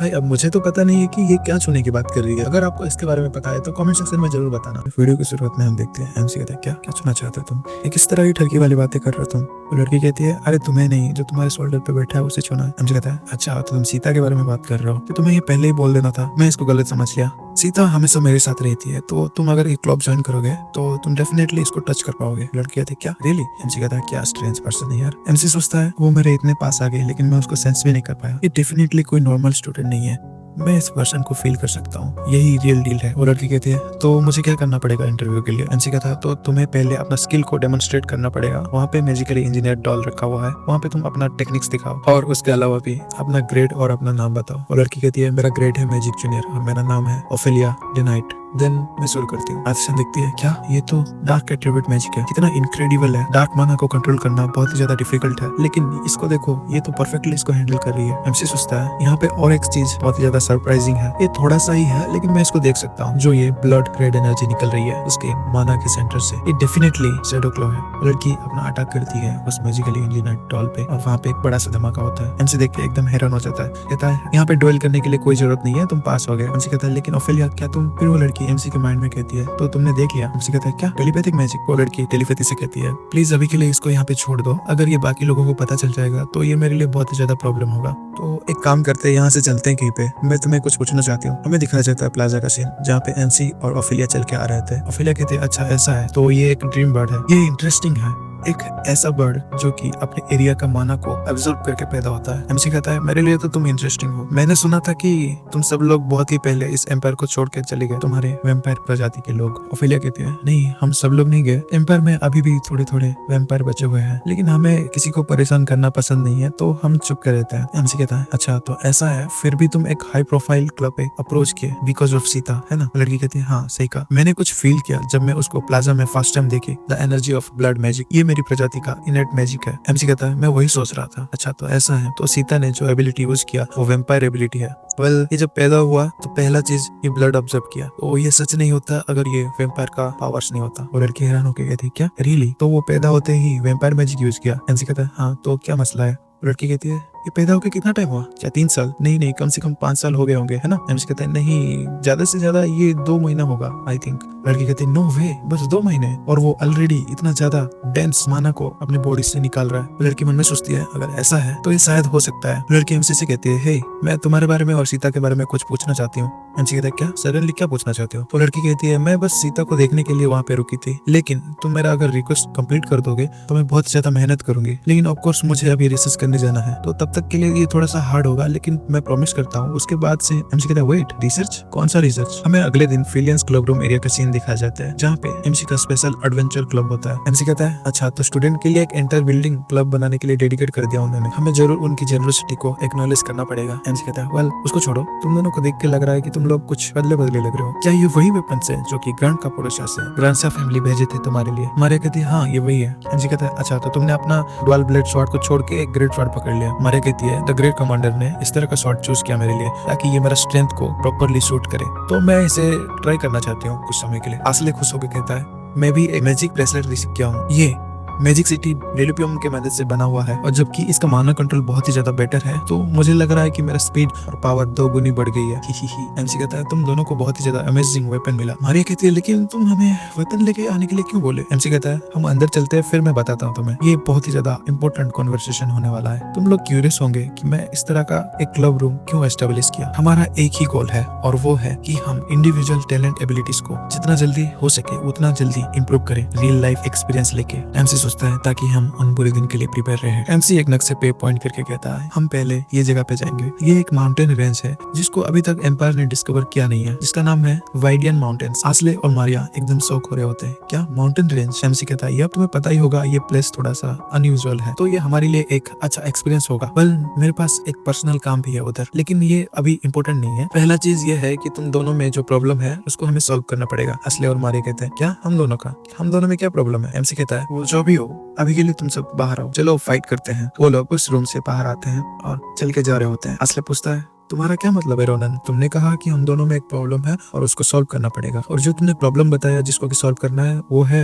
Early course completion. एमसी कहता है तुम इतने सरप्राइज क्यों हो रहे हो? ये ऑब्वियस नहीं है क्या? एमसी कहता है हमारे जाने के बाद ये बस 1 हफ्ता लगेगा कंप्लीट होने के लिए, लेकिन तुम लोगों का क्लास है ना? बेरियम सुनबे इस कोर्स को कंप्लीट कर लिया है जल्दी ही, तो ये मैटर नहीं करता। क्या तुम्हें नहीं लगता कि क्लब एक्टिविटीज और पढ़ाई करना एक साथ थोड़ा सा डिफिकल्ट हो जाएगा? और ये तो कभी हो ही नहीं सकता कि प्रिंसिपल इसको अलाउ करते। तो वो कहते हैं हाँ ये भी सच है, तो इसका कुछ सोल्यूशन है क्या? एमसी कहता है हाँ तुम इस कोर्स को कंप्लीट कर लो जल्दी ही मेरी तरह और फ्री हो जाओ। सो फिर हमें सेकंड फ्लोर क्लब रूम दिखा जाता है जहाँ पे की स्पेयरिंग हॉल होता है। एमसी कहता है प्राइवेट लेसन लेने से पहले पहला चीज हम तुम्हारे स्किल्स को टेस्ट करेंगे, तो चलो चलो जल्दी करो, मेरे पास आओ। मैं अपना तलवार म्यान में ही रखूंगा, तो तुम्हें चिंता करने की कोई जरूरत नहीं है। फिर भी तुम अपना ध्यान रखना, ठीक है, और अपना पूरा बेस्ट देना, नहीं तो ये फन नहीं होगा। उसकी बात सुन के मारिया और आस्ले घबरा रहे होते हैं। मारिया कहती है क्या तुम श्योर हो कि हम कंफर्टेबल होंगे? मारिया कहती है तो अगर हम कर ही रहे हैं तो क्यूटी, चलो हम वो चीज टेस्ट करते हैं। आस्ले कहता है क्या? मारिया कहती है चलो हम इसे दिखाते हैं कि हम कितना ग्रो किए हैं। आस्ले को याद आता है अच्छा वो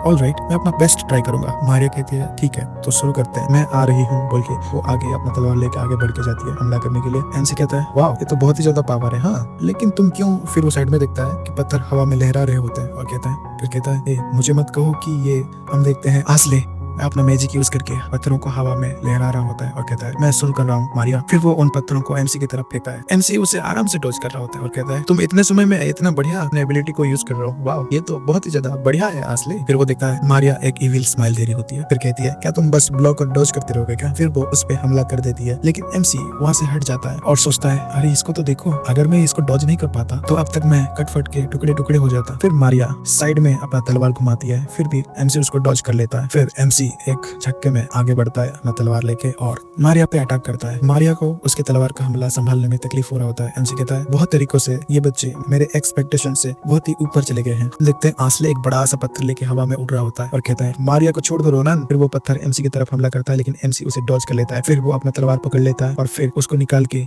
उस पत्थर पे स्लास मारता है, जिससे कि वो पत्थर एकदम टुकड़े टुकड़े हो जाते हैं। एमसी देखता है तो वो पत्थर के टुकड़े नीचे गिर रहे होते हैं, वहाँ पे धुआं धुआं हो जाता है चारों तरफ। एमसी कहता है तुम लोग बहुत ज्यादा बेटर हो गए हो पहले से, तो तुम लोग मेरे बिना आलसीपना नहीं दिखा रहे थे। हाँ तुम दोनों स्पेशली आस्ले, तुम तो एक कम्प्लीटली डिफरेंट पर्सन लग रहे हो, मैं बहुत ही ज्यादा सरप्राइज्ड हूँ। आस्ले कहता है तुम्हारा शुक्रिया रोनन। एमसी कहता है तो ये टेस्ट ओवर होता है ना, इतना काफी रहेगा, तो ये ज्यादा समय नहीं लगेगा, 1 महीना नहीं 2 हफ्ता चलेगा, काफी रहेगा। देन वो लोग कहते हैं क्या? एमसी कहता है तो स्पेशल ट्रेनिंग को शुरू करते हैं अभी ही। वो लोग एकदम घबरा जाते हैं और कहते हैं हमने तो अभी स्पारिंग को फिनिश किया, अभी ही क्यों शुरू कर रहे हो? एमसी उनके पीछे भाग रहा होता है और कहता है ये मैटर नहीं करता, चलो शुरू हो जाओ। वो लोग डर के जा रहे होते हैं। एमसी उन पे स्लास मारता है। आस्ले और मारिया एकदम रो रहे होते हैं और कहते हैं प्लीज हमें बचा लो, ये नहीं हो सकता। फिर हमें बताया जाता है उस डे से मारिया और आस्ले अपनी नींद कुर्बान करके स्पेशल ट्रेनिंग के लिए अपने आप को दे दिए। हमें आधे महीने बाद का सीन दिखा जाता है। प्रिंसिपल कहता है ये सरप्राइजिंग है, तुम ये कह रहे हो कि यहाँ पे जो है सभी लोग ने अपने कोर्स को जल्दी ही कंप्लीट कर लिया? क्या सभी क्लब मेंबर्स ही कंप्लीट कर लिए? एमसी कहता है हाँ आपने सही कहा, हाँ पर सारा सब्जेक्ट हमने कंप्लीट नहीं किया, लेकिन इतना काफी है ना ताकि अब हमें बाहर जाने के लिए परमिशन दो। प्रिंसिपल कहते हैं माय गुडनेस, तुम हमेशा मुझे सच में सरप्राइज कर देते हो। तो श्योर मैं तुम्हें जैसा प्रॉमिस किया था, मैं तुम्हें आउटिंग के लिए परमिशन दूंगा, तो तुम लोग अपना ख्याल रखना। मैं विश करता हूँ कि तुम्हारा एडवेंचर अच्छा हो। हमें अगले दिन का सीन दिखाया जाता है। Special class adventure club first activity. वो लोग वाइडियन माउंटेन पे आगे होते हैं। मारिया अपने हाथ में देखते है क्या ये लेलिन है? गुड हेवेंस, अभी तो हम बस एंट्रेंस में हैं, लेकिन इस जगह का माना का प्यूरिटी इतना ज्यादा हाई है। बेरियम कहता है हाँ, क्या तुम्हें नहीं लगता कि इस जगह का माना को सेंस करना ही ऑलरेडी ये हमारे लिए एक ट्रेनिंग की जैसा है। वो एमसी से पूछता है तो क्या करे रोनन अभी? एमसी कहता है वेट, हम अभी भी सेंटर से दूर है, जब हम पहुंच जाएंगे मैं तुम्हें बता दूंगा कि हम यहाँ पे क्या करने आए हैं। Well at the same time यहाँ पे कुछ है जो कि मुझे ढूंढना है। हमें कोई घर का सीन दिखाया जाता है, वहाँ पे कोई एल्फ दिखाया जाता है। कहते हैं क्या ये कितना सरप्राइज है, इस तरह का जगह पे एक गेस्ट आए हैं। आई गेस मैं बहुत दिनों के बाद कोई गेस्ट को ग्रीट करने वाला हूँ। तो दोस्तों आपको क्या लगता है कि ये कौन हो सकता है? अगर आपको इसके बारे में पता है तो कमेंट सेक्शन में बताइएगा। हम देखते हैं वो पहाड़ पे एमसी लोग एक क्लिप पे खड़े होते हैं। एमसी कहता है तो मैं इसे ढूंढ लिया, आज एक्सपेक्टेड यहाँ पे बहुत ही ज्यादा कीड़े हैं, ये तो ऑर्क्स कमीने हैं। बेरियम कहता है क्या ऑर्क्स भी एक विलेज लाइक कम्युनिटी बनाते हैं? कितना अमेजिंग है। एमसी कहता है दैट्स राइट, ये लोग इस तरह का जगह में दिखाई देते हैं जहाँ पे सिक्योरिटी को एस्टेब्लिश करना थोड़ा डिफिकल्ट हो। अभी के लिए ये एक विलेज है, लेकिन उनके स्ट्रॉन्ग ब्रीडिंग पावर की वजह से ये लोग जल्द ही पूरा माउंटेन रेंज को कवर कर देंगे। फिर आसपास के प्राइवेट प्रॉपर्टी इसके वजह से बहुत ही ज्यादा सफर करेंगे, तो उससे पहले ही हम लोग इन्हें खत्म कर देंगे और ये रहेगा हमारा फर्स्ट बैटल। तो तुम क्या सोचते हो? सिंपल है ना? असले घबरा के कह रहा होता है मैं इसके बारे में सोच ही रहा था कि इसने जब बोला कि ये ऑर्क्स ढूंढ रहा है, मैं जो एक्सपेक्ट किया था वही हुआ। वो एमसी से कहता है यहाँ पे बहुत ही ज्यादा ऑप्स है, तो क्या हमसे रहेंगे? एमसी कहता है अरे तुम डरो मत यार, ऑर्क्स तुम्हारे लिए परफेक्ट ओपोनेंट रहेंगे। एमसी सोचता है ऑफ कोर्स, लेकिन उनका एक वेराइटी है जिसमें की द डोमिनेंट स्पीसीज इस माउंटेन रेंज का जो कि होता है ऑग्रेस, वो लोग इन लोगों के लिए बहुत ही ज्यादा हो जाएंगे। स्पेशली इधर लीडर जो कि 2 सरों वाले ट्विन हेड ऑर्क होता है, वो कमीना इतना ज्यादा टफ था कि एक बार मैं उसको लड़ते वक्त मैं जीत ही नहीं पा रहा था उस समय। वेल ये बहुत ही ज्यादा लंबा समय है उनके आने के लिए, तो ये अभी के लिए कोई प्रॉब्लम नहीं होगा ना। तो क्या हम शुरू करें? कोई कहता है तुम्हारा इंटेंशन अच्छा है, लेकिन मैं तुम्हें इसे रेकमेंड नहीं करूंगा ज्यादा, अभी के लिए ये सही समय नहीं है। Young adventures. वो एल्फ एमसी के पीछे आ गया होता है, एमसी और वो सब शौक हो रहे होते हैं। एमसी पीछे मुड़ता है और सोचता है क्या मैं कोई भी प्रेजेंस सेंस नहीं कर पाया, ये कब आ गया, ये कौन एल्फ है? वो एल्फ कहता है तुम्हें चिंता करने की कोई जरूरत नहीं है, मैं एक पुजारी हूँ जो कि इस माउंटेन में रहता है। मुझे कहता है क्या एक पुजारी? वो एल्फ कहता है हाँ, मैं डिवाइन नेम सेनिल एक ओल्ड सोल को सेव करता हूँ। तो यहाँ से चल के कहीं और पे जाके बात करते हैं, प्रॉपर कन्वर्सेशन करेंगे तो सही रहेगा। ये थोड़ा सा सेफ प्लेस नहीं है। तभी एमसी उसके गले में तलवार रख देता है। मारिया कहते हैं तुम क्या कर रहे हो? एमसी कहता है आई एम सॉरी, लेकिन आजकल बहुत ही ज्यादा कमीने लोग घूम रहे हैं, सो लिसन, और मैं जो कह रहा हूँ उसको रिपीट करो। वो एल्फ घबरा के कहता है रिपीट करो तुम्हारे पीछे, लेकिन तुम्हारा मतलब क्या है? एमसी कहता है आयुध एक चादर मौत है। वो एल्फ की बोलती बंद हो जाती है। फिर वो कहता है क्या? फिर हमें कुछ समय का सीन दिखाया जाता है। वो एल्फ कहता है मेरे जैसे एक इंसान जो कि गॉड को सर्व करता है, उस जैसा आदमी के मुंह से इस तरह का गंदा वर्ड बोलना ये थोड़ा शर्मनाक है। पिछले 200 सालों में इतना शर्मनाक चीज मैंने कभी नहीं किया था। एमसी कहता है डोंट वरी, ये बस एक टेस्ट था, बट तुम 200 साल की बात कर रहे हो तो तुम कितने साल के हो? वो एल्फ कहता है मैं श्योर नहीं हूँ, मैं लंबे समय से काउंट करना छोड़ दिया हूँ, तो मुझे नहीं पता कि मैं कितने समय का हूँ, लेकिन कम से कम 1000 साल हो गया होगा। वो लोग सब शौक हो जाते हैं, कहते क्या 1000 साल? एमसी सोचता है देन दैट मींस ये इस एम्पायर के फाउंडिंग के पहले से ही जिंदा है। मैंने सही सुना था कि एल्फ्स बहुत ही ज्यादा लंबा समय जीते हैं। नहीं, उससे पहले। फिर वो उनसे पूछता है बाय द वे आपने पहले कहा था कि ये सही समय नहीं है। वो एल्फ कहता है अच्छा उस बारे में। कुछ दिनों से यहाँ के मॉन्स्टर का बिहेवियर थोड़ा सा स्ट्रेंज दिखाई दे रहा है। यहाँ पे एक अबनॉर्मल फिनोमेनन दिखाई दे रहा है जहाँ पे जो ऑर्क्स कभी बाहर नहीं जाते अपने टेरिटोरी से, वो लोग आजकल रात को माउंटेन्स में घूम रहे हैं। वो हर रोज ऐसे ही घूमते रहते हैं। जो ऑर्क्स रेयरली अपने टेरिटोरी को छोड़ के जाते हैं, वो लोग आजकल माउंटेन रेंज में दिखाई दे रहे हैं। हमें अभी तक इसका जड़ का पता नहीं चला है, लेकिन हमें पहले से ही केयरफुल रहना चाहिए। सो प्लीज थोड़ा छोटा सा ब्रेक ले लो। फिर वो कोई बैरियर को टच करती है और कहती है राइट हियर। फिर हम देखते हैं सीनिल का टेंपल। वो लोग एकदम अम्यूज हो रहे होते हैं। बेरियम कहता है अचानक से एक टेंपल अपीयर हो गया, क्या ये मैजिक बैरियर है? आर्ली कहता है वाओ अमेजिंग, ये मैजिक बैरियर कितना बड़ा है, ये तो अगर इसका कंपैरिजन किया जाए तो ये तो मैजिक इंस्ट्रक्टर से भी बहुत ही ज्यादा बेटर है। आर्ली कहता है रोनन क्या तुमको पहले से पता था कि यहाँ पे कोई टेंपल है? एमसी कहता है तुम एक बार मेरा चेहरा देखो, क्या तुम्हें देख के नहीं लग रहा कि मैं भी सरप्राइज हूँ? वो एल्फ कहता है तो चलो अंदर चलते हैं। एमसी सोचता है एज एक्सपेक्टेड ये एक ऑर्डिनरी एल्फ नहीं है, हम देखते हैं एक मस्त टेंपल। वो लोग अंदर आगे होते हैं। एमसी कहता है अच्छा यही है सेनिल गॉड जिसको तुम सर्व करते हो, क्या ये गंदा सा दिखने वाला पत्थर नहीं है? वो एल्फ कहता है यस ऑफ कोर्स, इस पत्थर का अपना ही मीनिंग है, लेकिन जब तुम इसका स्टोरी सुनोगे तो तुम इसे सुन के थक जाओगे। तुम अपना लगेज को यहाँ पे रख के थोड़ा सा आराम कर लो। हमारे यहाँ टेंपल में बहुत ही ज्यादा खाली रूम है, तो तुम अपना लगेज को रख के थोड़ा सा आराम कर लो, और अगर कुछ चाहिए तो मुझे जरूर बताना। हमारे कहते हैं हाँ ये परफेक्ट है रोनन, तुम्हें वो चीज पूछ लेनी चाहिए जिसको तुम ढूंढ रहे हो। एमसी कहता है अच्छा वो कर्स आई का हैबिटेट। वो एल्फ कहता है क्या कर्स आई? लेकिन तुम उस मॉन्स्टर को क्यों ढूंढ रहे हो? गुडनेस, मैं इसके बारे में क्यूरियस हूँ, क्या ये इसलिए है क्योंकि तुम्हारे ऊपर कोई कर्स किया गया है? एमसी एकदम हैरान हो गया होता है और कहता है तुम्हें कैसे पता? वो एल्फ कहता है हाँ मैं सही हूँ, मैं इसके बारे में क्यूरियस, तब मुझे दिखा था कि एक स्ट्रेंज डेंजरस इको तुम्हारे अराउंड घूम रहा है। रोनन क्या तुम मुझे थोड़ा सा अपना समय दोगे? मैं तुम्हारे साथ इस बारे में थोड़ा बात करना चाहती हूँ। हमें बाहर का सीन दिखाया जाता है, वहाँ पे वो दोनों बैठ के बात करने के लिए आ गए होते हैं। एल्फ कहता है मैंने ये पहले ही गेस कर लिया था जब मैंने देखा था कि तुम एक ऑर्डिनरी स्टूडेंट नहीं हो सकते। एमसी कहता है अच्छा ऐसा है। एमसी सोचता है क्या चल रहा है इधर, मैं इसके बातों के फ्लो में आ गया हूँ, क्या मैं ज्यादा सेंसिटिव बन रहा हूँ? क्या ये आदमी उन कमीनों के साथ रिलेटेड नहीं है? लेकिन मैं उन लोगों जैसा माना इसके पास नहीं देख रहा हूँ, और ना ही जब मैंने आयुध के बारे में मेंशन किया तो ये कोई रिएक्शन दिया। लेकिन क्या हो कि तभी वो एल्फ कहता है, लग रहा है कि तुम बहुत ही ज्यादा डीप थॉट में घुसे हुए हो, प्लीज थोड़ा सा चाय पी लो, ये तुम्हारा मदद करेगा। एमसी सोचता है इस चीज से इसको गुस्सा नहीं आया और ना ही इसने कोई रिएक्शन दिया है ना। वो सोचता है तो ये सेंट क्या है। हम देखते हैं उस चाय से कोई सेंट बाहर निकल रही होती है। एमसी सोचता है ये मेरा पहली बार है जब मैं इस तरह का कुछ स्मेल कर रहा हूँ। एमसी एकदम शॉक हो गया होता है, कहता है क्या ये रंग बिरंग माना का फ्लो क्या है। वो एल्फ पूछता है एमसी से, तुम इस चाय की सेंट के बारे में क्या सोचते हो रोनन, क्या तुम्हें ये पसंद आया। एमसी कहता है ऐसा लग रहा है कि मुझे कोई नया आंख मिल गया है। एमसी उनसे पूछता है इस दुनिया में क्या चल रहा है आखिर, ये तुमने कैसे किया। वो एल्फ कहता है ये मेडिसिनल हर्ब से बना हुआ है जो मेडिसिन रेयरली लेनिन में मिलते हैं। ये मदद करता है तुम्हारे अंदर सप्रेस्ड हुए एनर्जी को बाहर रिलीज करने में। तुम्हें ये एक बार में इसका इफेक्ट नहीं दिखेगा, बट मे बी क्योंकि तुम्हारा एनर्जी ब्लॉक हो गया है कर्स की वजह से, इसलिए तुम्हें एक बड़ा रिजल्ट दिख रहा है। मैं तुम्हारे लिए इसका इंग्रेडिएंट पैक कर दूंगा, तो तुम इसे रेगुलरली लेना। तो प्लीज इसे हटाने के लिए कर्स आई को यूज मत करना। एम्स कहता है क्या। वो हेल्प कहता है वो मॉन्स्टर कर्स को रिमूव करता है और उसके साथ साथ टारगेट का लाइफ फोर्स भी अपने अंदर सोख लेता है। एक दो बार करने के लिए कोई प्रॉब्लम नहीं है, लेकिन अगर तुम बार बार कर्स को रिमूव करने के लिए इसको यूज करोगे तो तुम्हारी लाइफ खतरे में पड़ जाएगा। मुझे ये मत बताना कि तुम जानते हुए इसको यूज करे हो। एमसी कहता है हाँ मुझे इसके बारे में कुछ भी नहीं पता था, मैं बस चाहता हूँ कि जितना जल्दी हो सके उतना जल्दी मेरा कर्ज मेरे से हट जाए। एल्फ कहता है हाँ मैं तुम्हारा कंसर्न को समझता हूँ, तो इसका मतलब तुम्हें जितना हो सके उतना दूर रहना चाहिए। अगर कुछ गलत हो गया तो ऐसा कुछ हो जाएगा जिसको कि हम पहले तरह ठीक नहीं कर सकते। एमसी उनकी बात सुन रहा होता है अच्छे से, फिर वो सोचता है सोचा जाए तो प्रोफेसर सेक्रेट ने भी मुझे इस बारे में बताया है कि एक इस तरह का कर्ज है जिसको कि हटाने के लिए उनको भी डिफिकल्ट हो रहा है, तो इसके लिए उनको बहुत ही ज्यादा प्रिपरेशन करने की जरूरत है। मुझे पता है कि वो मुझे हेल्प कर रहे हैं, लेकिन फिर भी मैं इम्पेशेंट हो गया उस आदमी को देखने के बाद। अगर ऐसे ही चलता रहा तो उन जियांट कमीनों को पकड़ने से पहले ही मेरा लाइफ जल्दी खत्म हो जाएगा। इन एनी केस लेकिन ये आदमी है कौन। मुझे नहीं लगता कि मैं इस आदमी को मेरे प्रीवियस लाइफ में कभी मिला हूँ। समहाउ ये मुझे अनजाना नहीं लग रहा, लेकिन फिर भी लग रहा है कि मैं जल्दबाजी कर रहा हूँ। ये कमीने लोग आजकल बहुत ही ज्यादा अच्छा एक्टिंग कर रहे हैं। वो पूछता है क्या कमीने लोग। मुझे कहता है हाँ बहुत ही बुरे और गंदे लोग जो कि छुपे हुए हैं ताकि अराइवल ऑफ स्टार को देख सके। वो एल्फ चुप रहता है, कुछ नहीं कहता और मन में सोचता है ऐसे कमीने जो कि स्टार के पीछे जा रहे हैं, क्या वो फिर से अपना एक्ट करना शुरू हो गया है। हमें रात के वक्त का सीन दिखाया जाता है जहाँ पे वो एल्फ वो स्टेचू के सामने खड़ा होता है और सोचता है अगर ये सच में वही कमीने हैं जिसके बारे में रोनन ने बताया है और वो कुछ बुरा करने की प्लानिंग कर रहे हैं, तो एक बड़ा सा डिजास्टर आएगा जो कि इनोसेंट लोगों की जान ले लेगा। क्या मैं दोबारा बस खड़े रहकर इसे देखने वाला हूँ। अगर ये नहीं तो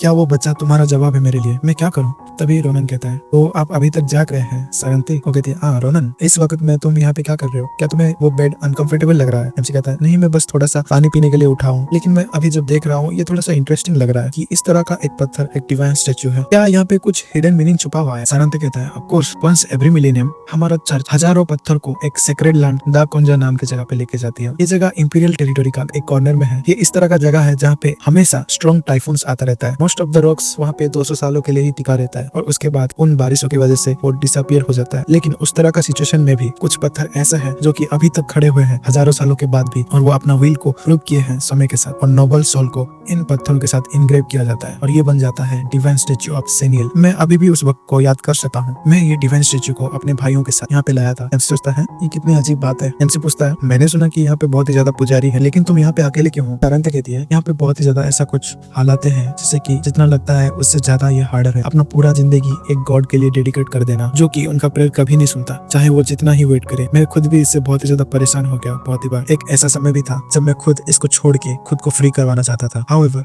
जब भी मैं ऐसा करने का सोचा हूँ तभी ऐसा कुछ होता है जिससे मैं यहाँ पे रहने के लिए मजबूर हो जाती हूँ। फीलिंग जो सेनियल्स का विल इस डिवाइन स्टैचू में कंटेन किया है वो एक दिन एक कैटलिस्ट बनेगा और इस दुनिया को बचाएगा, और ये मेरे लिए एक डेस्टिनी की तरह फील हो रहा है। एमसी उनको देख के जनरल आदेशन के बारे में सोच रहा होता है। वो कहता है और मैं सोचता हूँ कि ये समय जल्दी आने वाला है। हमें अगले दिन का सीन दिखा जाता है। हम सारंते के बातों को पीछे छोड़ के अपने आप को स्ट्रॉन्ग करने के लिए शुरू कर दी। वो स्पेशल टीम बाकी लोगों के लिए भी स्पेशल इफेक्ट दिखाया और लेलिन के एनर्जी के साथ वो लोग अपना सेंस को एनहांस कर लिया। और उसी समय पे मेडिसिनल हर्ब को ढूंढने के लिए मैं माउंटेन के रेंज में सारंते के साथ ट्रैवल किया। उसने हमें पहली बार देख के भी हमारे लिए काइंडनेस शो किया और हमारे लिए जेन्युइनली परेशान हुआ। मैं जब भी इसको देखता हूँ मुझे ऐसा फील होता है कि ये एक स्ट्रेंज एल्फ है। और उसी तरह 2 दिन शांति से बीत गए, लेकिन हमेशा शांति के बाद एक तूफान आता है और सभी लोगों को एक दुख देके जाता है। हम देखते हैं उस एल्फ को चोट लगा होता है और एमसी अपना स्वार्ड जमीन पे रखे घुटने पे होता है और कहता है इन द एंड हम इसे बदल नहीं सकते। हमें अगले दिन का सीन दिखा जाता है जिस दिन पे ऑर्क्स विलेज कम्युनिटी को खत्म करने वाले हैं। वो एल्फ सारंत कहता है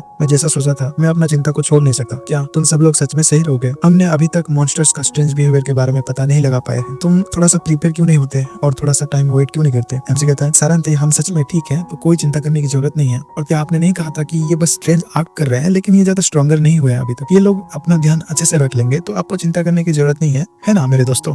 वो लोग कहते हैं हाँ ऑफ कोर्स। आसले डर के कहता है हाँ मे भी हो सकता है यार। एमसी सारंतो से कहता है और उसके ऊपर हमारा वक्त खत्म होने वाला है तो हमें जल्द ही एकेडमी में वापस जाना पड़ेगा। तो सारंतो कहता है अगर ऐसा है तो मैं कुछ नहीं कर सकता, तो तुम मुझे अलाउ करो ताकि मैं एक स्पेल को कास्ट करूं तुम लोगों के ऊपर, ताकि तुम लोग आराम से इस बैरियर में एंटर कर सको और बाहर जा सको। अगर कुछ डेंजरस होता है तो प्लीज हेजिटेट मत करना और सब लोग यहाँ पे वापस आ जाना और कभी भी अपना गार्ड को डाउन मत करना। तुम लोग हो सकते हो कि स्ट्रॉन्ग हो लेकिन ये जंगल बहुत ही ज्यादा घना और अंधकार भरा हुआ है। हम देखते हैं ऑर्क्स मॉन्स्टर मरे पड़े होते हैं। हमें किसी लड़की का पैर दिखा जाता है। वो कहती है ये थोड़ा सा ट्रबलसम है। हम पूरा देखते हैं कि वो एक एल्फ होती है। वो कहती है कौन सोचा था कि इसको फाइंड करना इतना हार्ड होगा, आज एक्सपेक्टेड मैं इतना इजीली उसको बाहर निकाल नहीं पा रही हूँ। तो इस तरह का स्टूपिड बिस्ट के साथ क्या मैं वेल ऑल राइट, अभी इस पॉइंट से मैं खुद ही जाके उससे मिलूंगी। सारंते भाई क्या ही खतरनाक लग रहा है। तो आप लोगों को क्या लगता है कि ये कौन है? क्या सारंते और इसके बीच में कोई दुश्मनी है या फिर ये दोनों मिले हुए हैं? एक क्लिप पे खड़ा होता है और नीचे देख रहा होता है ऑर्क्स विलेज में। वो कहता है इनके पास तो पहनने के लिए कपड़े हैं और एक्सेसरीज भी है जो कि इनको सूट नहीं कर रहा। ऐसा लग रहा है कि जब तक हम सारंते के घर पे जाके आए तब तक ये लोगों ने आसपास के विलेज को लूट लिया। वो अपनी टीम से पूछता है तुम लोग रेडी हो? तो चलो चलते हैं इन लोगों को मजा से खाने। दोनों ऑक्स बात कर रहे होते हैं। एक कहता है ये जो शाइनिंग मार रहा है वो तुम पे अच्छा दिख रहा है। दूसरा कहता है सच में ये उन विलेज का एक इंसान का छोटा बच्चा का है। वो बच्चा मेरे आगे गिड़गिड़ा रहा था मरने से पहले और वो जोर जोर से रो रहा था और स्ट्रगल कर रहा था। तभी हम देखते हैं आसले अपना मैजिक यूज करके बेरियम और मारिया को नीचे भेज देता है। वो ऑक्स सकते हैं क्या ये तो ह्यूमंस है। फिर बेरियम और मारिया उन लोगों पे स्लैश मारते हैं और उनमें से बहुत लोगों को काट देते हैं। तो आगे खड़े कुछ लोग वो सब देखते हैं और बहुत ही ज्यादा गुस्सा हो जाते हैं और उन लोगों पे अटैक करने के लिए आगे बढ़ते हैं। तभी हम देखते हैं कि उन ऑक्स पे पत्थर आके लेते हैं। दूसरा ऑक्स कहता है क्या ये ऐसे कैसे गिर गया? तभी उस पे भी एक पत्थर आके गिरता है और दो ऑक्स वहीं पे खत्म हो जाते हैं। हम देखते हैं एमसी कहता है वाह तुम्हारा एक्यूरेसी तो बहुत ही अच्छा है, तो तुम्हें फाइनली इसकी आदत पड़ रही है। आसले कहता है हाँ। हम देखते हैं आसले और एमसी हवा में उड़ रहे होते हैं। एमसी एक इविल से लुक बना के कहता है चलो हम लोग इनको खत्म करते हैं। फिर आसले पत्थरों को उन ऑक्स पे फेंकता है जिससे कि वहाँ पे एक बड़ा सा धमाका होता है, लेकिन ऑक्स मॉन्स्टर वहाँ से बच जाते हैं। वहाँ पे उन पत्थरों की वजह से बहुत ही ज्यादा बड़ा धमाका होता है और हर तरफ धुआं धुआं हो जाता है। आसले कहता है तो रोनन हम अभी क्या करें? मुझे लग रहा है मैं डेफिनेटली बाद में जाके सजा भुगतने वाली हूँ। एमसी कहता है अरे तुम चिंता मत करो यार, अगर इसके लिए हमें पनिश किया जाएगा तो तुम्हारे साथ मैं भी पनिशमेंट लूंगा, राइट है ना दोस्तों? बेरम कहता है हाँ इसने सही कहा आसले, मैं भी तुम्हारे साथ चलूंगा तो तुम्हें चिंता करने की जरूरत नहीं है। I got you. लेकिन आसले हम सब में तुम्हें सबसे बड़ा पनिशमेंट मिलेगा। आसले उसकी बात सुन के रो रहा होता है। मारिया कहती है मुझे नहीं लगता कि तुम्हारी बातों से इसको कोई हेल्प हो। बेरम कहता है हाँ ऐसा क्यों? एमसी सोच रहा होता है सभी लोग अपना एबिलिटीज को एक्चुअल कॉम्बैट में दिखा रहे हैं। इस माउंटेन रेंज में आना हमारे लिए अच्छा रहा। आई थिंक अगली बार हमें इसका लेवल थोड़ा और बढ़ाना चाहिए। तभी सीता एमसी के गाल पे टच करती है। एमसी कहता है हाँ क्या हुआ सीता? सीता अपने ही लैंग्वेज में कुछ कहता है। एमसी कहता है क्या वहाँ पे कुछ है? फिर हम देखते हैं किसी लड़की को पेड़ पे बांध के रखे होते हैं। एमसी कहता है ये क्या है? व्हाट द, क्या ये एक एल्फ है? फिर वो लोग भाग के जाते हैं उनके पास। एमसी कहता है ये ऑक्स लोग इसे इमरजेंसी फूड के लिए बचा के रखे हैं, चलो पहले इसको बचाते हैं। सीता अपना हीलिंग मैजिक यूज करो। फिर सीता अपना हीलिंग मैजिक कास्ट करती है। वहाँ पे एक सर्कल बनता है। वो एल्फ आँख खोलता है। एमसी कहता है आई थिंक वो उठ रही है। हे क्या तुम बात कर सकते हो? वो कहता है हाँ ये कैसे हो सकता है? क्या ये माना? फिर वो खून की उल्टी कर देती है।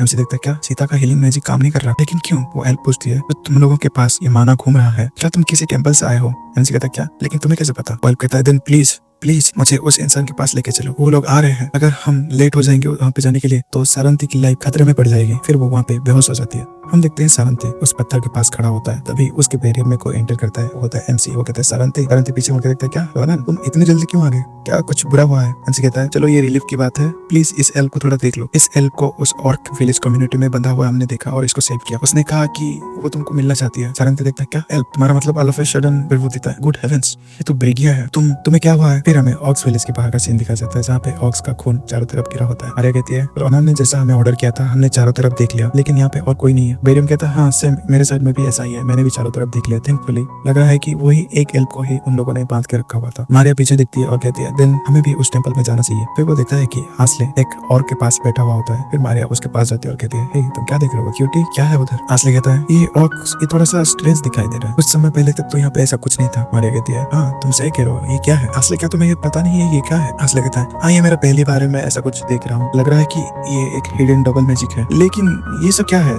मैजिक सर्कल सीन शिफ्ट होता है। हम देखते हैं सारंते के घर पे उस एल्फ को बेड में लेटा गया होता है। सारंते कहता है तो ये फर्स्ट एड इसका हो गया है, तो तुम अभी चिंता मत करो, बताओ, लेकिन पहले अपना बताओ, क्या तुम सही हो? एमसी कहता है हीलिंग मैजिक भी काम नहीं किया इस पे, क्या ये किसी तरह का स्ट्रेंज पॉइजन है? सारंती कहती है तुमने मुझे पहले एंटीडोट दे दिया है तो मैं सही हो जाऊंगी, मैं बहुत ही ज्यादा रोनी रहूंगी तुम्हारे प्रति, मैं ऑलमोस्ट मेरा एक सिस्टर को खो देती। एमसी कहता है क्या सिस्टर? तो क्या ये भी एक पुजारी है? सारंती कहता है हाँ, वो भी सिनील का एक लीवर है जो इस दुनिया में अभी तक बचा है। एट सम पॉइंट वो भी एक फेटल बिलीवर थी जो कि हम लोगों में सबसे ज्यादा बिलीव करती थी। मुझे नहीं पता मैं तुम्हारा इतना बड़ा मदद को कैसे रिपे करूंगा, तुमने उसकी जान बचाया इसके लिए शुक्रिया। एमसी कहता है तुम इसे इतना बड़ा करने की कोई जरूरत नहीं है, ये बस ऐसा ही है, मैंने कर दिया। उससे पहले प्लीज मुझे बताओ सारंती, ये लोग कौन है जिससे कि ये इतना डर रही थी? इसने तो मुझे भी वार्निंग दिया कि तुम्हारी लाइफ खतरे में है। सारंती कुछ नहीं कहता। फिर हमें दिखाया जाता है वो सिनील का पत्थर जहाँ पे एमसी और सारंती आगे होते हैं। सारंती कहती है टू बी ऑनेस्ट मुझे भी नहीं पता वो लोग किस बारे में बात कर रहे हैं, मुझे बस इतना पता है कि वो लोग एक रिलीजियस ग्रुप है और वो एक अननोन बीइंग को वर्शिप करते हैं जिसको कि वो गॉड मानते हैं, और वो लोग बहुत ही ज्यादा गंदे काम करते हैं जो कि मैं सोच भी नहीं सकती, और वो अपना आइडेंटिटी को हिडन रखते हैं। वो लोग अपने आप को द चर्च बुलाते हैं। एमसी एकदम हैरान हो जाता है और वो कहता है नेबुला ग्लासियर।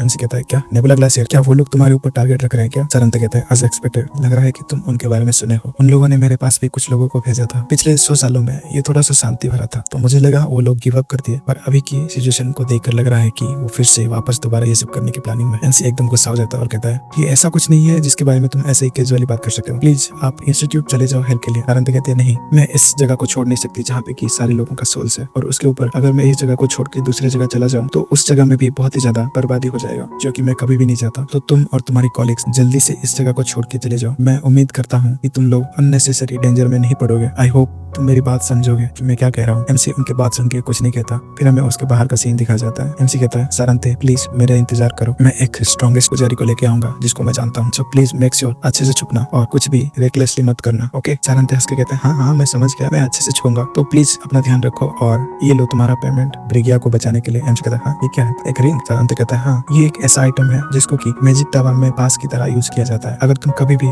डॉन के मैजिक टावर में जाओगे तो उस लाइब्रेरियन को इसे दिखा देना, वो जगह तुम्हें बहुत ज्यादा मदद करेगा तुम्हारी कर्स के रिगार्डिंग इन्फॉर्मेशन को ढूंढने के लिए। Then please be careful Ronan, इन बीते कुछ दिनों में जो हम लोगों ने टाइम स्पेंड किया ये ट्रूली मेरे लिए एक गिफ्ट था। एमसी कहता है आई मीन ऐसा नहीं है कि हम दोबारा नहीं मिलने वाले, तुम इतना ज्यादा बड़ी बड़ी बातें क्यों कह रहे हो? एमसी भाग के जाता है और कहता है मैं जल्दी वापस आऊंगा तो प्लीज आप अपना ध्यान रखना। वो एल्प एक गहरा सांस लेता है और साइड में देख के कहता है क्या मैं कहूँ कि मैं तुमसे इतने लंबा समय बाद मिलके खुश हूँ ओल्डर सिस्टर, और या फिर मैं कहूँ एसेसिन ऑफ चर्च ब्रिगिया। लड़की कहती है हे तुम उसे हमारे बीच क्यों ला रहे हो? हम देखते हैं उस लड़की का फेस चेंज हो रहा होता है। वो कहती है सारंती क्या तुम अपनी लाइफ अच्छे से जी रही थी यहाँ पे? सारंती कहता है उन लोगों ने तुम्हें चूज किया यहाँ पे एसेसिन बना के भेजने के लिए, तुम्हारा चॉइस तो बहुत ही ज्यादा क्रूएल है। ब्रिगिया कहती है ये तुम्हारे मुंह से सुन के अच्छा नहीं लग रहा जो कि पेशेंट को पैरालाइजिंग पॉइजन देता है। एंटीडोट प्लीज मुझे मत हंसाओ। सारंती कहता है यह मैं कुछ नहीं कर सकता अगर कंपेयर किया जाए उन क्लमजी प्ले को जहाँ पे नॉन अदर देन लेमिहन सेडो को कैप्चर कर लिया एक और के द्वारा। ब्रिगिया कहती है मैं भी इसे कुछ नहीं कर सकती है ना, तुमसे मिलना बहुत ही ज्यादा डिफिकल्ट चीज है। मैं तुम्हारा अटेंशन लेने के लिए ट्राई किया उन मॉन्स्टर को यहाँ पे लाके, बट एज एक्सपेक्टेड ये कुछ भी काम नहीं किया। लेकिन मैंने कोइंसिडेंटली उनको देख लिया एक ऐसे खिलौने जिसके अंदर तुम्हारी एनर्जी निकल रही थी। ऑफ कोर्स इनकी मदद से मैं तुमको बाहर निकालना चाहती हूँ। कोर्स मैंने सोचा कि अगर मैं उनके टुकड़े टुकड़े कर दूं तो तुमको बाहर निकालना बहुत ही ज्यादा आसान हो जाएगा, लेकिन मैं थोड़ा सा अपने आप को हेल्ड बैक की अपने पास्ट बिलीवर्स की बातों को सोच के। तुम इसके बारे में क्या सोचते हो? क्या तुम टच्ड फील नहीं किए? सारंती कहता है अगर ऐसा ही बात होता तो मैं कभी भी तुम्हें ये होने नहीं देता। ब्रिगिया कहते हैं इतना स्केरी, क्या मैं अभी जॉब भी नहीं कर सकता? वेल एनी केस हम इस चिप चैट को अभी खत्म करते हैं। मैं तुम्हें चर्च का कमांड बताऊंगी अभी, फिर श्यूडे सारंती लेमिशन, अगर वो कभी भी रिफ्यूज किया तो उसे मार देना। दोनों अपने पावर्स रिलीज करके एक दूसरे पे हमला करते हैं और वहाँ पे एक बड़ा सा धमाका होता है। हमें बाहर का सीन दिखा जाता है जहाँ पे रोनन चलते चलते रुक जाता है और कहता है क्या ये क्या था? ये थोड़ा बुरा फीलिंग दे रहा है। मारिया कहती है रोनन तुम यहाँ पे हो? हेनरी कहता है अच्छा तुम लोग, हम एक परफेक्ट टाइम में मिले हैं। क्या तुमने ऑक्स विलेज कम्युनिटी के अराउंड घूम के देख लिया? क्या वहाँ पे कोई बंदी बना के रखा गया है? मारिया कहती है हाँ हमने हर तरफ देख लिया लेकिन हमने कोई भी इशू को फाइंड नहीं कर पाया, लेकिन आसले ने कुछ फिशी चीजों को फाइंड किया। हेनरी कहता है क्या कुछ फिशी चीजों को? आसले कहता है जब तुम चले गए उसके बाद मैंने कुछ डिस्कवर किया, थोड़ा सा स्ट्रेंज था उन ऑक्स के मरे हुए बॉडी पे। ये मेरा भी पहली बार था कि मैं उस तरह का कुछ मैजिक सर्कल देख रहा हूँ। हेनरी कहता है क्या कौन सा मैजिक सर्कल? तुम्हारा मतलब क्या है? तभी उसके पीछे एक बड़ा सा धमाका होता है, सभी लोग पीछे देखते हैं। बेरियम कहता है ये एक्सप्लोजन क्या था? आसले कहता है ये तो टेंपल की तरफ से आ रहा है। एमसी साइड में देख के कहता है क्या? सारंती हमें किसी का पैर दिखाया जाता है, वहाँ पे बहुत ही ज्यादा प्रेशर रिलीज होता है। एमसी साइड में देखता है और कहता है मुझे ये मत कहो कि फिर हम देखते हैं वो पैर सब लोगों को कुचलते हुए आगे बढ़ रहा होता है। हम उनके साइड में देखते हैं वहाँ पे एक बड़ा सा ऑर्क्स होता है, सभी लोग उसको देख के एकदम हैरान हो रहे होते हैं। एमसी कहता है क्या एक 2 सर वाला ओगरी? वीडियो के स्टार्टिंग में हम देखते हैं किसी जगह को, वो होता है सारंती का टेंपल। वहाँ पे सारंती और ब्रिगिया दोनों फाइट कर रहे होते हैं। सारंती अपना मैजिक करती है वेंटियस, फिर वहाँ पे एक बड़ा सा वंडर बन जाता है। जाता है। प्रिया कहती है ये सरांते यही बचाती थी। फिर वो भी अपना मैजिक करती है, अपने तलवार निकाल के फिर एक इविल सा स्माइल करके सरांते की तरफ स्लैश मारती है। उस स्लैश जाके उस वंडर पे टकराता है। फिर वहाँ पे चारों तरफ धुआं धुआं हो जाता है। सरांते और ब्रिगिया एक दूसरे के आमने सामने होते हैं, हर तरफ धुआं धुआं होता है। ब्रिगिया स्लैश मार के सरांते के ऊपर अटैक करने के लिए आगे बढ़ती है। सरांते देखता है और अपने शील्ड बनाकर उसके अटैक को रोक लेता है और वहाँ पे एक बड़ा सा धमाका होता है और दोनों पीछे आ जाते हैं और नीचे लैंड करते हैं। ब्रिगिया हंस के कहती है हाँ गॉश, तुम तो एक बुढ़े इंसान की तरह हो, मैं जैसा उम्मीद किया था। ये एक वेस्ट होगा अगर मैं तुम्हें मार दिया तो चलो दोनों एक साथ चलते हैं। अगर ये तुम हो तो तुम जरूर एक एग्जीक्यूटिव की पोजीशन आराम से ले लोगे मेरी तरह। सरांते कहता है नहीं, मैं इसको रिफ्यूज करता हूँ। मैं बहुत ही ज्यादा रिलीजियस पर्सन हूँ, मैं किसी कल्ट को सर्व नहीं कर सकता। एनीवे, तुम्हारे स्किल में जंग लग गया है। सोचा जाए तो रोमांस का शेडो इतना ज्यादा स्लो हो गया है। क्या तुम्हारा ऑर्डर का टीचिंग तुम्हें सूट नहीं कर रहा? ब्रिगिया कहता है ऑफ कोर्स नहीं, मैं थोड़ा सा ज्यादा बोर हो गई हूँ। ये ऐसा है कि तुम उन बच्चों के लिए टाइम बाय कर रही हो ताकि वो यहाँ से जा सके और इसी वजह से तुम मेरे ऊपर ध्यान नहीं दे पा रही हो। तभी सरांते को कुछ ख्याल आता है और वो कहता है तुमने एक पैथेटिक एक्ट किया ताकि वो बच्चा इन सब चीजों में ना फंसे, है ना, ताकि तुम उस बंदे के माइंड में ये सब आने ना दो और वो आराम से रहे। ये देख के मैं क्यूरियस हूँ, तुमने क्यों उसको बचाया? तुम तो ऐसे इंसान हो जिसको इस दुनिया में किसी चीज में इंटरेस्ट नहीं है, तो तुम उसको इतना बचा क्यों रहे हो? सरांते कहता है वो बस एक ऐसे गेस्ट है जो मैं कोइंसिडेंटली उनको मिल गई थी, तो तुम उनके ऊपर हाथ लगाने का सोचो भी मत। अगर तुम लाइन को क्रॉस करोगे तो ये मेरे लिए डिफिकल्ट हो जाएगा, मैं तुम्हें ऐसे छोड़ नहीं सकती। ब्रिगिया कहती है बॉस तुम कितने स्कैरी हो, लेकिन मैं क्या कर सकती हूँ, मैंने ऑलरेडी ये कर दिया है। तभी उस जंगल में एक बड़ा सा धमाका होता है। सरांते उसकी तरफ देख के कहती है ये तो वही डायरेक्शन है ना जहाँ पे रोनन है। तभी उतने बोलते ही वो असैसिन ब्रिगिया उसके ऊपर हमला कर देती है और कहती है मैंने तुम्हें पकड़ लिया, मैंने एक ओपनिंग देख लिया। फिर वो उसका एक हाथ को काट देती है। सीन शिफ्ट होता है, हम देखते हैं ट्विन हेडेड ऑग्रे, वो एकदम घुरा रहा होता है। उसको देख के सभी एकदम डर रहे होते हैं, पसीना पसीना होके। बेरियम कहता है ये क्या है? एमसी कहता है तुम अभी के अभी मेरे पीछे चले आओ, तुम इसे हैंडल नहीं कर पाओगे। हम देखते हैं वो ओग्रे घुरा रहा होता है और उनके ऊपर अटैक करने के लिए आगे बढ़ता है। बेरियम कहता है मेरा बॉडी ये नहीं हिल रहा है। वो ओग्रे बेरियम को अपने हाथ से अटैक करता है और उसके अटैक की वजह से बेरियम उड़ के बहुत ही ज्यादा दूर जाके गिरता है। आस्ले और मारिया इसको देख के शॉक हो जाते हैं, वो चिल्लाते हैं बेरियम। फिर वो उस ओग्रे को देखते हैं, वो ओग्रे उनको मारने के लिए अपना हाथ उठाता है। वो लोग सोच रहे होते हैं हमें अभी भागना पड़ेगा। तभी वो ओग्रे उन पे अटैक कर देता है, लेकिन एमसी फटाक से आगे जाके अपना स्वार्ड को आगे करके उसके अटैक को रोक लेता है। आस्ले और मारिया देख के कहते हैं रोनन क्या तुम सही हो? हम देखते हैं रोनन उस ओग्रे के अटैक को रोक लिया होता है। वो ओग्रे देख के भी हैरान होता है। एमसी कहता है आस्ले मारिया सीता को लेके जाओ और बेरियम की हिफाजत करो, इसको मेरे ऊपर छोड़ दो। फिर वो अपना स्वार्ड फ्लैश मारता है उस पे और कहता है जल्दी करो। मारिया कहती है ठीक है। फिर वो वहाँ से भाग के चले जाते हैं। एमसी कहता है मैं श्योर था इसके बारे में कि इसके आंख में जो मैजिक सर्कल है ये वही सेम सर्कल है जो उन जायंट को कंट्रोल कर रहा था उस समय। ये कोई गलती नहीं है, वो लोग डेफिनेटली नेबुला ग्लेशियर से है। वो ओग्रे एमसी पे अटैक करता है, लेकिन एमसी उसको डॉज कर लेता है और नीचे जमीन पे आके अपना तलवार निकाल के उस पे अटैक करता है और बहुत ही ज्यादा स्लैश मारता है और आगे बढ़ जाता है। हम देखते हैं उस ओग्रे को कुछ नहीं हुआ था। एमसी कहता है तुम अभी भी नहीं बदले हो। वो ओग्रे गुस्से में एमसी की तरफ अपना मुक्का चलाता है और वो मुक्का एमसी को लगता है, जिससे कि एमसी बहुत ही ज्यादा दूर जाके फेंका जाता है। वो अपना तलवार नीचे जमीन पे गाड़ देता है और वहाँ पे रुक जाता है और कहता है तुम्हारा इस तरह का पावर ये भी नहीं बदला है। वो ओग्रे एक पेड़ की जड़ को पकड़ के उसको उखाड़ लेता है और थ्रो करता है एमसी पे। एमसी कहता है नॉर्मली मैं तुमसे मिलके बहुत ही ज्यादा अच्छा फील करता क्योंकि हमारा बैटल अभी भी फिनिश नहीं हुआ है, बट तुमने ऐसा कुछ कर दिया जो तुम्हें कभी करना नहीं चाहिए था। तुम्हारा हिम्मत कैसे हुआ मेरे कॉमरेड्स को हाथ लगाने का? हम देखते हैं बेरियम के पास आस्ले और मारिया आगे होते हैं और उसको हीलिंग कर रहे होते हैं। एमसी कहता है मेरे आंखों के सामने तुम्हें ये कभी नहीं करना चाहिए था, तुम son of A beach. MC के सामने ओग्रे का फेंका हुआ ट्री आ रहा होता है। एमसी अपना तलवार निकालता है और एक जोरदार स्लैश मारता है और उस ट्री को बीच में काट के वहाँ से आगे बढ़ जाता है और एक पेड़ से दूसरे पेड़ में जंप करके आगे बढ़ता है उस ओग्रे पे हमला करने के लिए। फिर वो ऊपर कूद के ओग्रे को हमला करने के लिए जाता है, जिसको ओग्रे देख के एकदम गुर्रा रहा होता है। उनसे सोचता है मेरे प्रीवियस लाइफ में मैं इसलिए इन कमीनों को पकड़ नहीं पाया क्योंकि उन लोगों का स्किन को ब्रेक करने के लिए कोई भी उपाय नहीं है और मैं इनको कोई भी क्रिटिकल डैमेज नहीं दे सकता। बट अभी ये डिफरेंट है क्योंकि